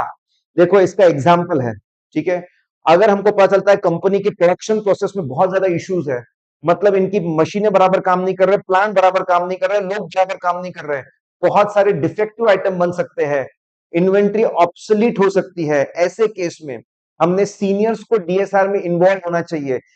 जिन लोगों के पास में अच्छा नॉलेज है उनको बोलो हमको डायरेक्शन दो, उनको हमको सुपरवाइज करो, उनको बोलो हमारा रिव्यू करो। ठीक है, एंड डेफिनेटली टीम एक्सपीरियंस पे डिपेंड करता है, दो एग्जांपल उन्होंने भी दिए हुए हैं। ठीक है गाइस, तो डीएसआर कितना ज्यादा हो, ठीक है, वो डिपेंड करता है फैक्ट्स पे। कैट्स कितनी सारी है, complexity, area of risk of material misstatement, team members and size of the entity. आप देखेंगे तो देखो इतना बड़ा आंसर है, इतना बड़ा आंसर है। बहुत ही प्यारे से चार्ट में एग्जाम्पल के साथ में हम लोगों ने चीजों को कवर किया है, एग्जाम्पल के साथ गाइज हम लोगों ने इसको कवर किया हुआ है। इसको डीएसआर की प्लानिंग ऐसे 300 लगता है, करेक्ट। चलिए चलिए, जिंदा है ना सब लोग, बता दीजिए ये जिंदा है ना। नाउ वी आर डिस्कसिंग, इसके ऊपर क्वेश्चन नहीं है लेकिन हम बहुत ही इंटरेस्टिंग, हम लोग परफॉर्मेंस मटेरियलिटी हम लोग बहुत ज्यादा डिस्कस कर रहे हैं। ओके, चलिए बताइए performance materiality, are you ready for this? बताइए चैट में, are you ready for this? फटाफट फटाफट फटाफट, क्या आप परफॉर्मेंस मटेरियलिटी के लिए रेडी है क्या? ठीक है, इस कॉन्सेप्ट में मजा आता है सबको। चलिए ध्यान देंगे, परफॉर्मेंस मटेरियलिटी के ऊपर आइए। ठीक है बेटा मयंक, अरे यार पूरा का पूरे तुम जाओ तो सही, वो लिंक के ऊपर, वो लिंक के ऊपर जाओ। ठीक है, लिंक के ऊपर जाओ, उस पे मैं हर लेक्चर में कौन से इंपॉर्टेंट क्वेश्चंस लेता हूँ उस पर अपडेट करता हूं मैं। ठीक है, चलिए ध्यान देंगे। देखिए मैंने इनिशियल थोड़ा पार्ट चेक किया, ये कोई प्रॉब्लम नहीं है। ठीक है, कोई प्रॉब्लम नहीं है, लेकिन मैंने उसको और क्या सिंप्लीफाई किया है, तो सब मैं आपको, ठीक है, मैं आपको दूंगा। ध्यान दीजिए, सब ध्यान दीजिए, मैं परफॉर्मेंस मटेरियलिटी के बारे में बता रहा हूँ। ऑडिट बिल्कुल फुल प्रूफ नहीं है, ऑडिट फुल प्रूफ बिल्कुल भी नहीं होता है, उसमें ऑडिट रिस्क होती है। ऑडिटर, ठीक है, ऑडिट रिस्क होती है, ऑडिटर के हाथ से गलतियां छूट सकती है, ऑडिटर के हाथ से गलतियां छूट सकती है। ठीक है, आप इस पे ध्यान दीजिए, बिल्कुल गलतियां छूट सकती है, ऑडिट फुल प्रूफ नहीं होता। इसी का मतलब ऑडिटर जब ऑडिट करता है तो कुछ गलतियां अनडिटेक्टेड रह सकती है। हर साल हमको पता चलता है, अरे वो 5 लाख की गलती रह गई थी, वो 10 लाख की गलती रह गई थी, वो 16 लाख की गलती रह गई थी। ये फीचर है, जैसे एग्जाम होने के बाद हमको पता चलता है, अरे ये सिली मिस्टेक थी, अरे वो सिली मिस्टेक थी, अरे ये तो मेरे को आता था, वो तो मेरे को आता था। ऑडिट करने के बाद अगले साल ऑडिटर को समझता है कि कुछ गलतियां हमेशा अनडिटेक्टेड रह जाती है, और पुराने एक्सपीरियंस से समझता है, पुराने एक्सपीरियंस से हमको ये समझता है कि लगभग कितनी गलती रह जाती है। 5 लाख की गलती अनडिटेक्टेड की, 10 लाख की 15 लाख की 20 लाख की, हम पुराने एक्सपीरियंस से समझ में आता है। अब ये लोग बोल रहे हैं अच्छा, कुछ गलतियां अनडिटेक्टेड रह जाती है, ठीक है, अब क्या करना? ठीक है, अब देखिए ध्यान से सुनिए एग्जाम्पल को। हमको पता है कि एग्जाम्पल में, कि हमको पता है कि लगभग लगभग, ठीक है, आपका जो एग्जाम्पल है उसी एग्जाम्पल को हम लोग आगे लेकर चलते हैं, कि लगभग 3 करोड़ की गलती, 3 करोड़ की गलतियां रह जाती है। ठीक है, 3 करोड़ की गलतियां रह जाती है। हमारी मटरिटी लेवल 10 करोड़ है, सपोज मटरिटी लेवल हमारा 10 करोड़ है, हमको पता है कि 3 करोड़ की गलतियां रह जाती है।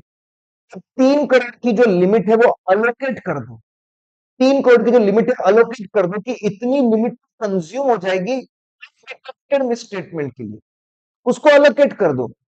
अब जो बची हुई लिमिट है वो डिटेक्टेड मिसस्टेटमेंट के लिए यूज करो।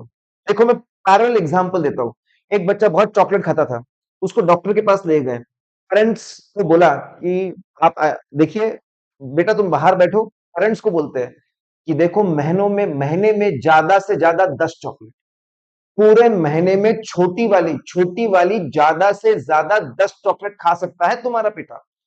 ठीक है, पेरेंट्स बोलते कि देखो जो बड़े लोग हैं, दादी है, दादा है, दोस्त है, ये लोग, इनका मन पिघल जाता है तो हमारे पीठ पीछे इसको चॉकलेट दे देते हैं, चॉकलेट दे देते हैं। बोले कितनी चॉकलेट दे देंगे? हमको लगता है महीने में 3 चॉकलेट तो इसको मिल जाएंगी।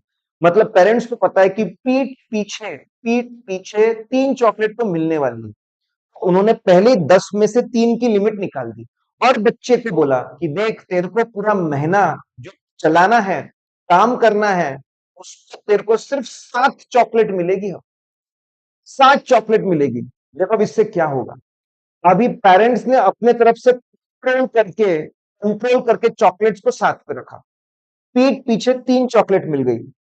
दोनों को ऐड भी कर दो तो जो हमारी फाइनल लिमिट थी 10 की वो क्रॉस नहीं होगी। ये टू पॉइंट और बेस्ट एग्जांपल है, सेम यहां पर एप्लीकेबल है। अब ध्यान से सुनिए सब लोग, ठीक है। हमको पुराने एक्सपीरियंस से पता चला कि हमेशा 3 करोड़ की गलतियां अनडिटेक्टेड रह जाती है। तो मटेरिटी लेवल का 3 करोड़ 30% हमने अलोकेट कर दिया फॉर अनडिटेक्टेड मिसस्टेटमेंट। इसी को हेयर कट बोलते हैं, ठीक है। आप अंडर मार्क करो, इसी को हेयर कट बोलते हैं, भी अलोकेट। अब जो बच गया 7 करोड़, जो कि एक लोअर लिमिट है, वो 7 करोड़ हम टीम मेंबर को बोलते हैं। सब टीम मेंबर्स इधर आओ। 3 करोड़ तो हमने अलोकेट कर दिया। अब आपको 7 करोड़ की लिमिट फॉलो करना है आपको, ठीक है। 7 करोड़ की लिमिट, आप जब रिस्क असेसमेंट करोगे, आप nature timing extent of audit procedure तय करोगे, आप एविडेंस इकट्ठा करोगे, इवैल्यूएट करोगे मिसस्टेटमेंट को कि वो मटेरियल है कि नहीं, इन सब में आपको ये 7 करोड़ यूज करना है, ये लोअर लेवल की मटेरियल यूज करनी है। इसीलिए तो उसको बोलते हैं परफॉर्मेंस मटेरियलिटी। इसी को उसको बोलते परफॉर्मेंस मटेरियलिटी। ध्यान रखना है कि जो गलतियां दिख रही है डिटेक्ट होके और मैनेजमेंट ठीक नहीं कर रहा, अनकरेक्टेड मिसस्टेटमेंट है, वो 7 करोड़ के अंदर रहे। मैं जो गलतियां तेरे को बता रहा हूं तो ठीक नहीं कर रहा है, मैनेजमेंट कान खोलकर सुन ले। मैं तेरे को गलतियां बता रहा हूं और जो तू ठीक नहीं कर रहा है वो 7 करोड़ के अंदर होना चाहिए, तो मैं इसको उठा के क्वालिफाई कर दूंगा, एडवर्स दे दूंगा। ऐसा करने से undetected misstatement of 3 crore and detected uncorrected misstatement of 7 crore, ये दोनों कभी भी मटेरियलिटी लेवल क्रॉस नहीं करेंगे। ये दोनों मिलकर कभी भी मटेरियलिटी लेवल क्रॉस नहीं करेंगे, ठीक है। और एक बात, आपकी फाइनेंशियल स्टेटमेंट लेवल मटेरियलिटी होती है, और कभी कभी जरूरत पड़ी तो एरिया सेंसिटिव है, एरिया लेवल मटेरियलिटी होती है। देखो यहाँ पे एग्जांपल दिया पहले मैंने, 10 करोड़ की फाइनेंशियल स्टेटमेंट लेवल मटेरियलिटी है, 30% 3 करोड़ हम लोगों ने दे दिया, किसके लिए? अनडिटेक्टेड मिसस्टेटमेंट के लिए। बचा हुआ 7 टीम को बोला कि सभी गलतियां, ठीक है, आप आपकी सभी गलतियां, okay guys just a minute,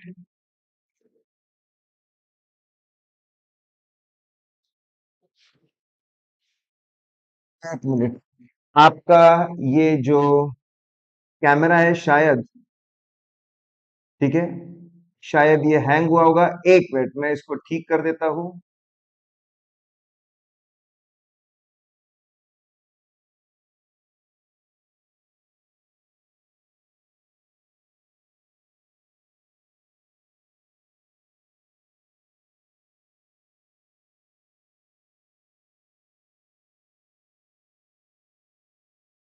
okay guys,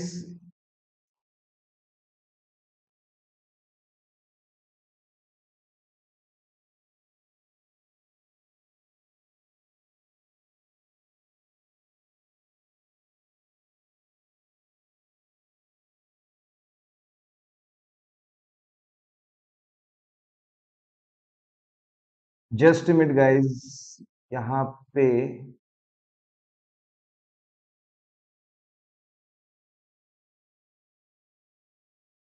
ठीक है, मेरा आवाज आप लोगों को आ रहा होगा। विद इन अ मिनट मैं भी आपको दिखने लग जाऊंगा, जस्ट होल्ड ऑन।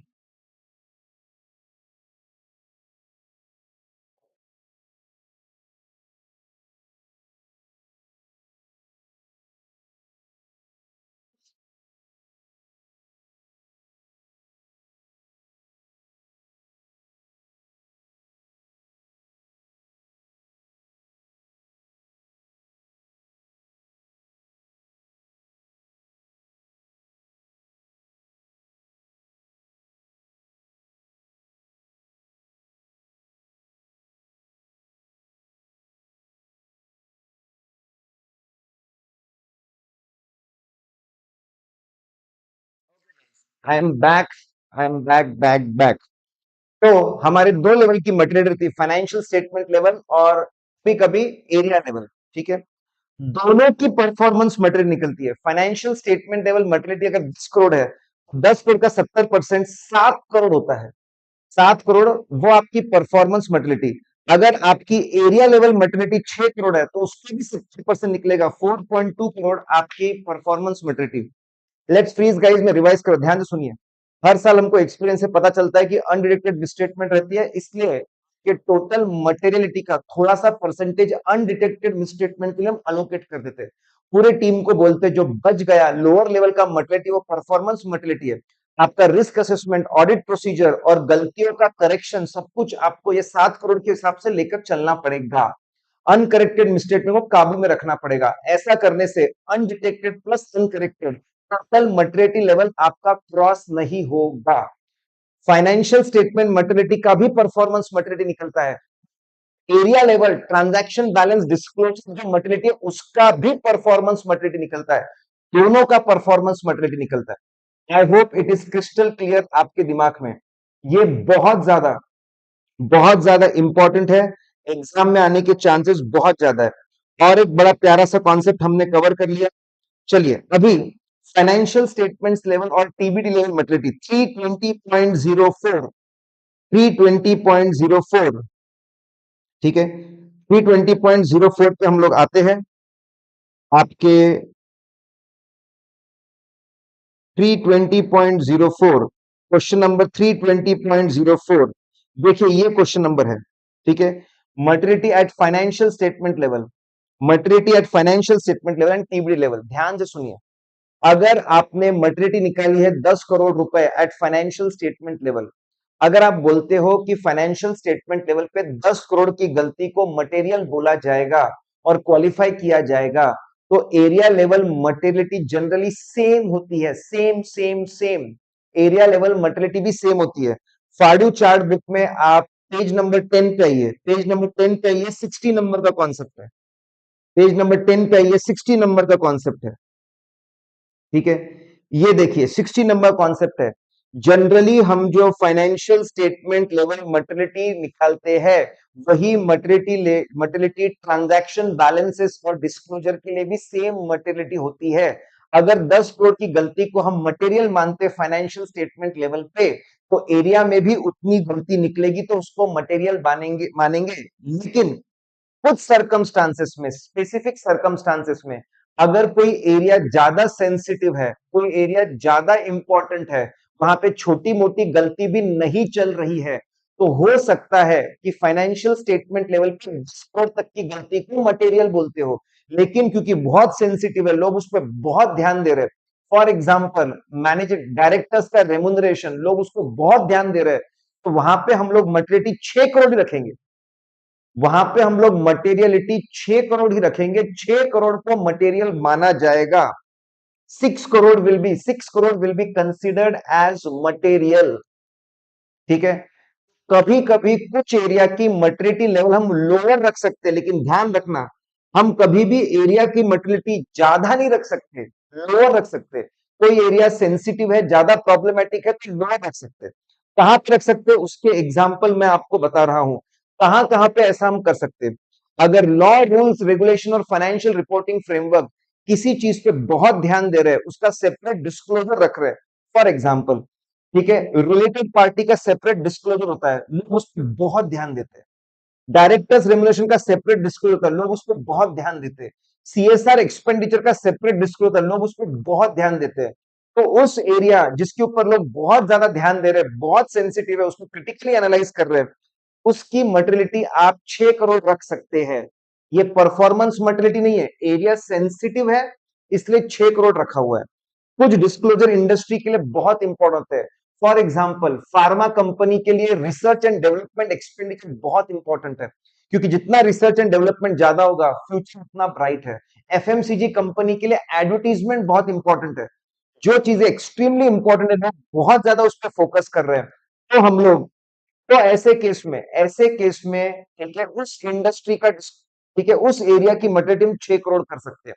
तो एक पर्टिकुलर एस्पेक्ट, एस्पेक्ट मतलब part of the business. For example नया बिजनेस शुरू किया है, एक नया बिजनेस अक्वायर किया है, तो बिजनेस हम बेचने वाले हैं, ठीक है, उस पे लोग का बहुत ध्यान है, तो उसकी हम मटेरियलिटी लोअर 6 करोड़ रख सकते हैं। बिल्कुल ध्यान दीजिए।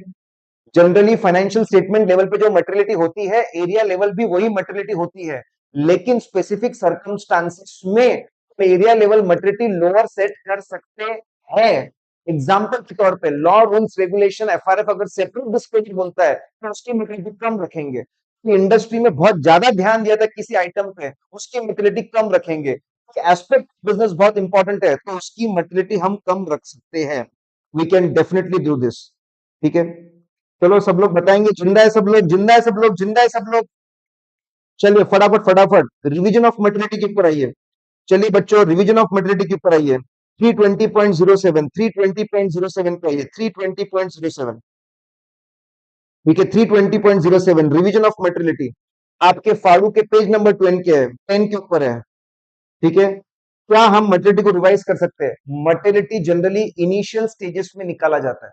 देखो मैं चुन चुन के क्वेश्चन निकाल रहा हूं। नवंबर 19 मॉक में आया है, नवंबर 19 मॉक के ऊपर आया हुआ ही है। ठीक है, इसके आने की चांस बहुत ज्यादा है। क्या रिवीजन ऑफ मर्टिलिटी हो सकता है? Definitely 100% revision of mortality. ठीक है, फाड़ी के पेज नंबर 10 पे 320 नंबर 120 नंबर का है चार्ट, 120 नंबर का चार्ट है।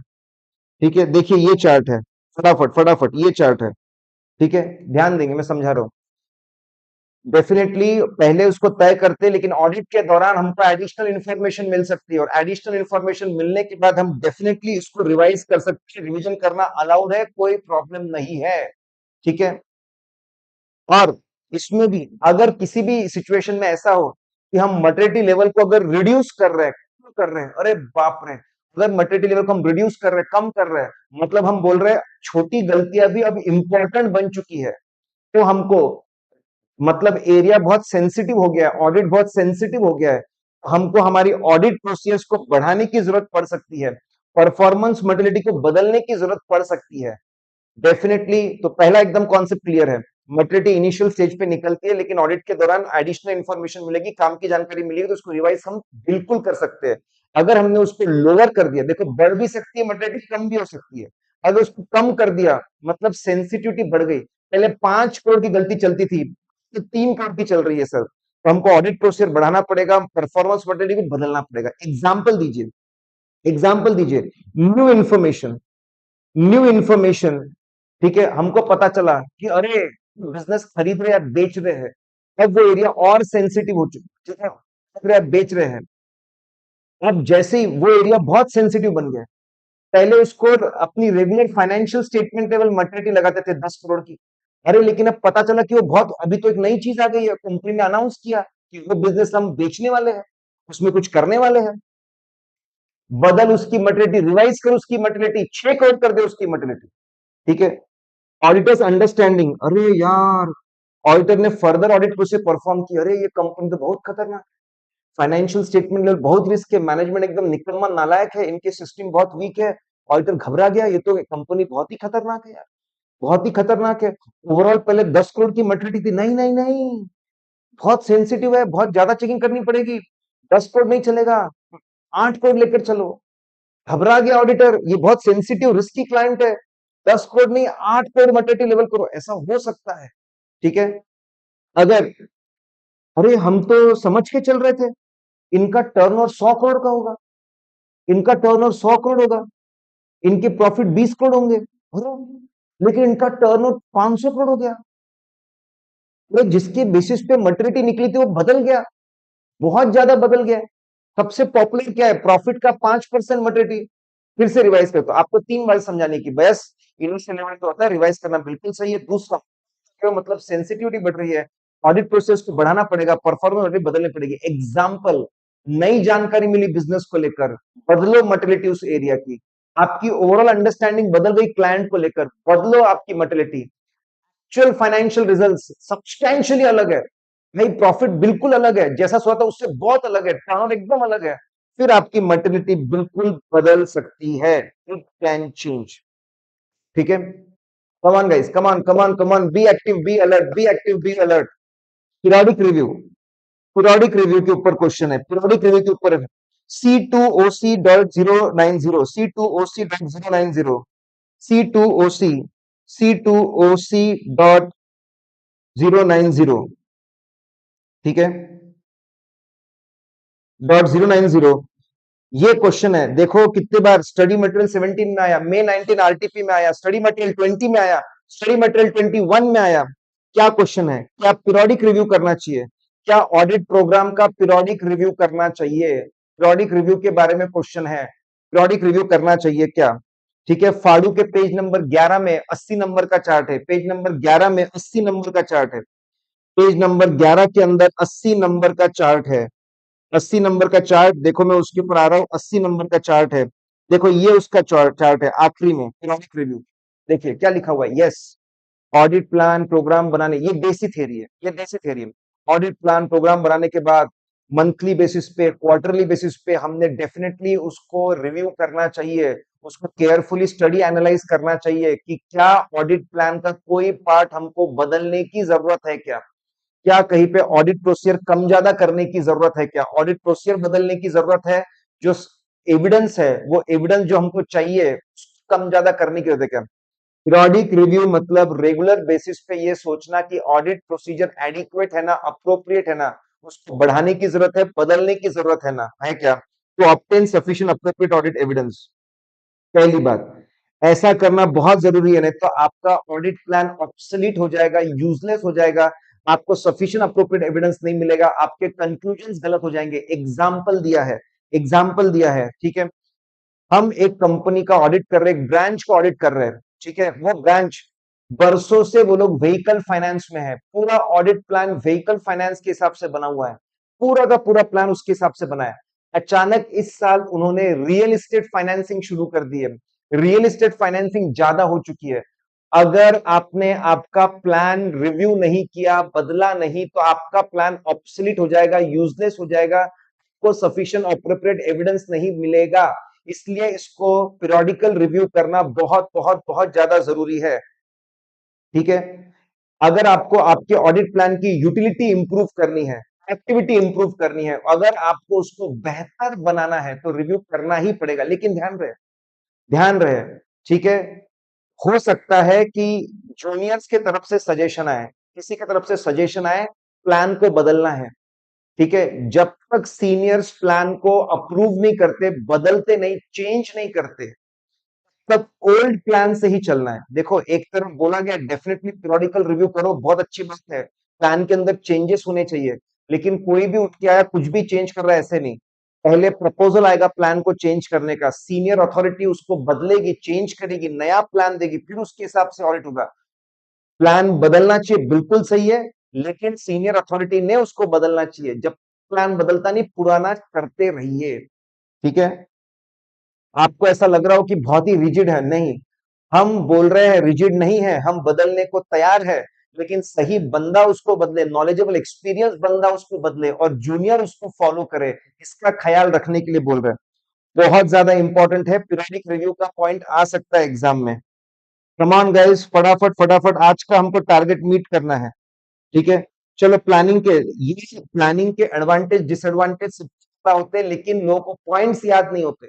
मैं आपको पॉइंट्स याद करवाऊंगा, मैं आपको पॉइंट्स याद कराऊंगा। C2OC 100 नंबर का क्वेश्चन है, C2OC 100 नंबर का क्वेश्चन है, ठीक है। एडवांटेज डिसएडवांटेज, बार बार लगातार इसमें, बार बार benefits word, advantage disadvantage word आता है, एडवांटेज डिसएडवांटेज वर्ड आता है आखिरी में। बेनिफिट्स का पहले पूरी कहानी, बेनिफिट्स वाला काम आता है, बेनिफिट्स वर्ड ही होता है। प्लानिंग के बेनिफिट्स, बेनिफिट्स ऑफ प्लानिंग, जहां पर एडवांटेज डिसएडवांटेज यूज हो, बेनिफिट ऑफ प्लानिंग यूज हो। देखिए, ठीक है, सिर्फ आखिरी पूछा हुआ है, नवंबर 18 एग्जाम से शांत है ये क्वेश्चन। आने के चांसेस बहुत ज्यादा है, आने के चांसेस के बहुत ज्यादा है।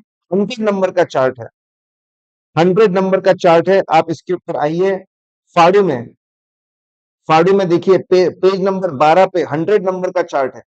पेज नंबर 12 में 100 नंबर का चार्ट है। देखिए, पहले एडवांटेज, देखो एक सीक्वेंस है, ये सीक्वेंस ही बहुत इंपॉर्टेंट है।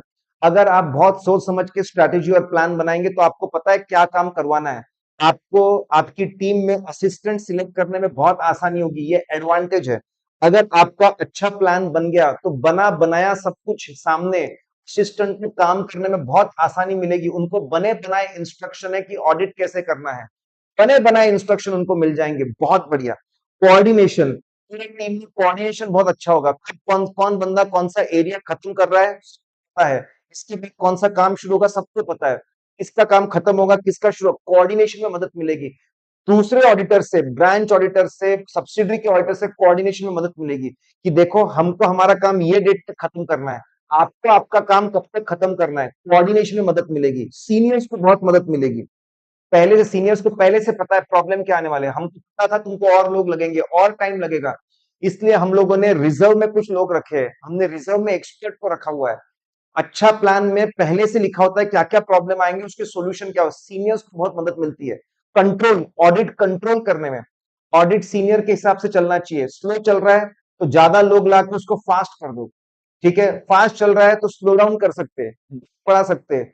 ऑडिट का अगर अच्छा प्लान बना हुआ है तो ऑडिट को कंट्रोल करने में आसानी होती है, उसकी स्पीड कम ज्यादा करने में आसानी होती है, उसकी क्वालिटी इंप्रूव कम ज्यादा करने में आसानी होती है, अगले साल काम आता है। अच्छा प्लान बनाओ तो अगले साल का प्लान बनाने में काम आ सकता है। कोई हमको निग्लिजेंट नहीं बोल सकता।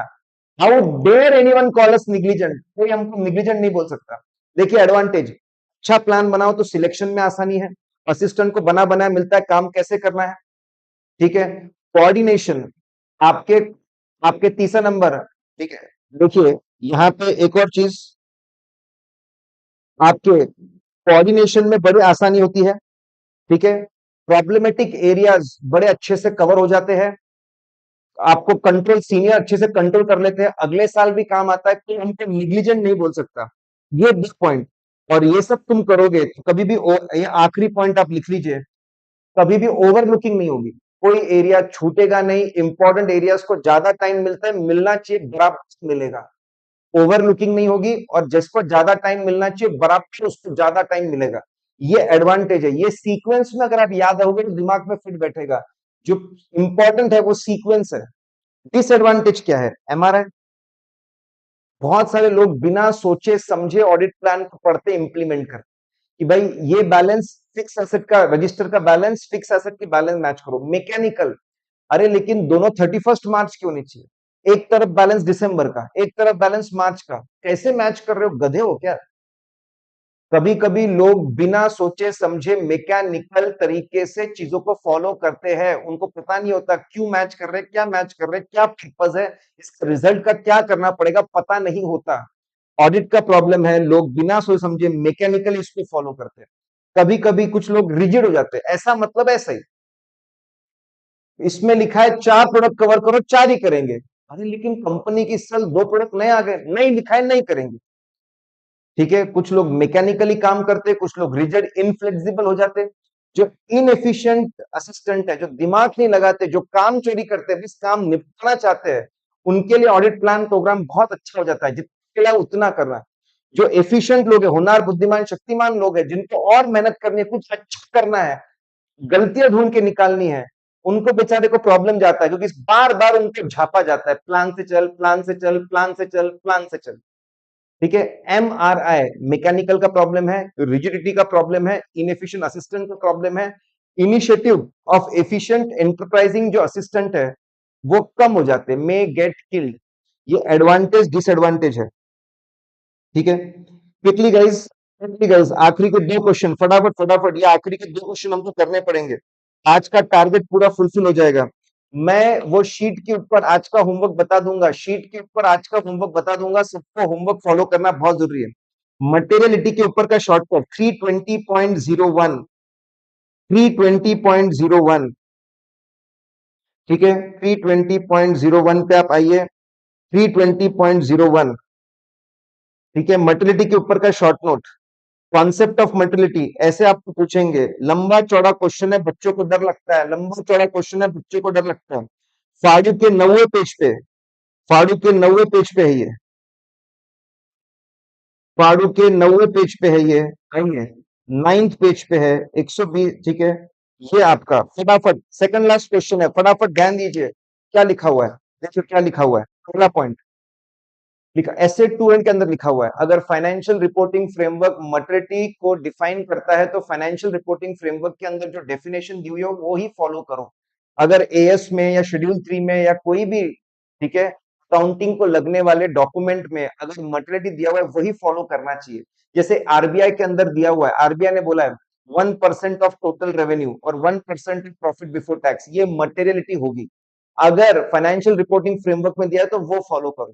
अगर फाइनेंशियल रिपोर्टिंग फ्रेमवर्क में नहीं दिया है तो ऐसे 200 बोलता है हमारे पास एक डेफिनेशन है, हमारे पास में एक डेफिनेशन है और जनरली मर्टिलिटी की यही डेफिनेशन होती है, आप उसको फॉलो करो। मतलब एफआरएफ के अंदर दिया होगा तो वो फॉलो करो, वहां नहीं दिया है एसेट 200 की डेफिनेशन फॉलो करो। एसेट 200 के अंदर क्या बोला हुआ है, मिसस्टेटमेंट के पॉइंट ऑफ व्यू से गलती को समझाया गया। मिसस्टेटमेंट को मटेरियल मिसस्टेटमेंट, किसी भी मिसस्टेटमेंट को मटेरियल मिसस्टेटमेंट बोला जाता है अगर वो मिसस्टेटमेंट के वजह से, ठीक है, इंडिविजुअली, अगर इंडिविजुअल अग्रीगेट में उसके वजह से it changes decision of economic, it changes economic decision of the user of the financial statement. ये डेफिनेशन आप बचपन से पढ़ रहे हैं। तो पहले आप बताओ एफआरएफ क्या बोलता है, फिर आप आपकी बेसिक एसेट 200 क्या डेफिनेशन देता है। एसेट 200 बोलता है जनरली ऐसी डेफिनेशन होती है फाइनेंशियल रिपोर्टिंग फ्रेमवर्क में, ये देख लो, ये फॉलो करो। फिर आगे आपको बताना है मर्टिलिटी का काफी काम है, प्लानिंग में काम आता है, किसको कवर करे ना करे, परफॉर्मिंग में काम आता है, किसको ज्यादा चेक करे कम चेक करे, स्टेटमेंट बड़ी है कि छोटी है उसमें काम आता है, रिपोर्ट को क्वालिफाई करना कि नहीं करना उसमें काम आता है, ओपन बनाने में काम आता है, मर्टिलिटी हर चीज पे काम आता है। पहले एफआरएफ वाला पॉइंट समझाएंगे, फिर एसेट 200 की डेफिनेशन समझाएंगे, मर्टिलिटी कहां काम आता है। मर्टिलिटी अल्टीमेटली तीन बातों पे बहुत डिपेंड है, साइज डेफिनेटली, अमाउंट कितना बड़ा है, प्रॉफिट के मुकाबले कितना बड़ा है, टर्नओवर के मुकाबले कितना बड़ा है, size is extremely important, nature, क्या फ्रॉड इन्वॉल्व है, क्या non compliance of law involve है, कौन से बड़े लोग इन्वॉल्व है, नेचर भी बहुत इंपॉर्टेंट है, और यूजर क्या चाहता है, यूजर को कौन से एरिया में इंटरेस्ट है, कितना बड़ा है, नेचर ऑफ द आइटम क्या है, नेचर ऑफ द गलती क्या है, और यूजर्स, यूजर्स किस पे फोकस कर रहे हैं, ये तीनों को ध्यान में रख के मर्टिलिटी निकलती है। लेकिन ध्यान रखना इंडिविजुअल यूजर नहीं, ग्रुप, एज अ ग्रुप जो हमारे यूजर्स का ग्रुप है वो क्या चाहता है। जैसे एफएमसीजी में वो एडवर्टीजमेंट की फोकस करना चाहता है एज अ ग्रुप, फार्मा के अंदर, फार्मा के अंदर वो रिसर्च पे फोकस करना चाहता है as a group, not individual बंदा क्या चाहता है, एज अ ग्रुप क्या चाहता है। वो भी अजम्पशन होते हैं यूजर्स को लेकर, अजम्पशन होते हैं कि वो नॉलेजेबल है, ये बंदा बिजनेस को समझता है, बिजनेस कैसे चलता है, ये बंदा समझता है कि अकाउंट बिजनेस क्या है, ये बंदा समझता है अकाउंटिंग कैसे होती है, बेसिक एंट्रीज कैसे होती है अकाउंटिंग स्टैंडर्ड के हिसाब से, उसको पोस्टिंग कैसे करते हैं, फाइनेंशियल स्टेटमेंट कैसे बनते हैं। यूजर ऐरा गैरा यूजर नहीं, आप और मैं नहीं, जो यूजर के पास पूरा नॉलेज है धंधे को लेकर, अकाउंटिंग को लेकर, फाइनेंशियल स्टेटमेंट को बनाने को लेकर, जिसको पता है कि चीजें एस्टिमेट के ऊपर बेस्ड है और उसमें अनसर्टेनिटीज हो सकती है, कम ज्यादा हो सकती है, ठीक है। और जो बंदा उसके बेस पे इकोनॉमिक डिसीजंस लेता है, जैसे बैंकर उसके बेसिस पे डिसीजन लेते हैं पैसा लगाना कि नहीं, आईपीओ वाले इन्वेस्टर डिसीजन लेते हैं कि पैसा लगाना कि नहीं, गवर्नमेंट डिसीजन लेता है कि टैक्स कितना लगाना, ऐसे यूजर ही काम के होते हैं। छह बातें समझाएंगे। एफआरएफ क्या बोलता है, ऐसे 200 के हिसाब से डेफिनेशन यूजेस, तीन बातों को ध्यान में रख के मटेरियल निकलती है, पूरा ग्रुप क्या सोचता है दैट इज इंपॉर्टेंट, और यूज एरा गैरा आप और मैं नहीं, जो बहुत नॉलेजेबल, जो अनसर्टेनिटी को समझता है और इकोनॉमिक डिसीजन लेता है। जो बस बने रहिए, आखिरी क्वेश्चन, लास्ट क्वेश्चन, 320.02, 320.02, ठीक है। ये क्वेश्चन नवंबर 21 के आरटीपी में है, ये क्वेश्चन नवंबर 21 के आरटीपी में, यूनिक क्वेश्चन, जहां पे यूनिक लिखा हुआ है मतलब वो फाड़ू चार्ट बुक में नहीं मिलेगा, फाड़ू चार्ट बुक में आपको नहीं मिलेगा, ठीक है। क्या क्वेश्चन है, एक ही मटेरियलिटी हर सिचुएशन के लिए नहीं बना सकते, एक ही मटेरियलिटी हर सिचुएशन के लिए नहीं बना सकते, कमेंट करिए। देखो ये पॉइंट्स मैं आज चैप्टर नंबर 1 और 2 का पीडीएफ शेयर करूंगा ग्रुप के अंदर, लिंक भी दूंगा। पहले आप बताइए, यस मटेरियलिटी बहुत इंपॉर्टेंट है, अकाउंटिंग के लिए इंपॉर्टेंट है, ऑडिटिंग के लिए क्या कवर करना नहीं करना, कौन सी गलती मटेरियल है कि नहीं, क्वालिफाई करना नहीं करना, बहुत इंपॉर्टेंट है। पहले आप इंपॉर्टेंट समझाएंगे, फिर आप एग्जाम्पल बताएंगे। उन्होंने एग्जाम्पल दिया है नीचे देखो, यस किसी एंटिटी के लिए 5,000 रुपए मटेरियल हो सकता है, लेकिन वही 5,000 लार्ज एंटिटी के लिए इमटेरियल हो सकता है। उन्होंने एग्जाम्पल दिया, बिल्कुल सही बात है, एक ही अमाउंट सभी एंटिटीज के लिए, सभी एरिया के लिए, सभी सिचुएशन के लिए मटेरियल हम वही बोल सकते हैं, entity to entity, area to area, situation to situation material बदलती है। एक एग्जाम्पल जो उन्होंने वो, फिर ऐसे थ्रू 320 का बात बोलिए, अब बताइए। अरे भाई मटेरियलिटी इनिशियल स्टेज पे निकाली जाती है अलग होती है, ओवर पीरियड ऑफ टाइम बदलती जाती है, आप क्या बात कर रहे हो, इनिशियल लेवल पे मटेरियलिटी अलग होती है और फाइनल लेवल पे मटेरियलिटी बदल सकती है। एक मटरिटी हो ही नहीं सकती, असाइनमेंट में मटरिटी बदल जाती है। फिर वो लोग रिलेशनशिप समझाते हैं। क्या रिलेशनशिप है ऑडिट रिस्क और मटरिटी? ये ट्रेडिशनल रिलेशनशिप।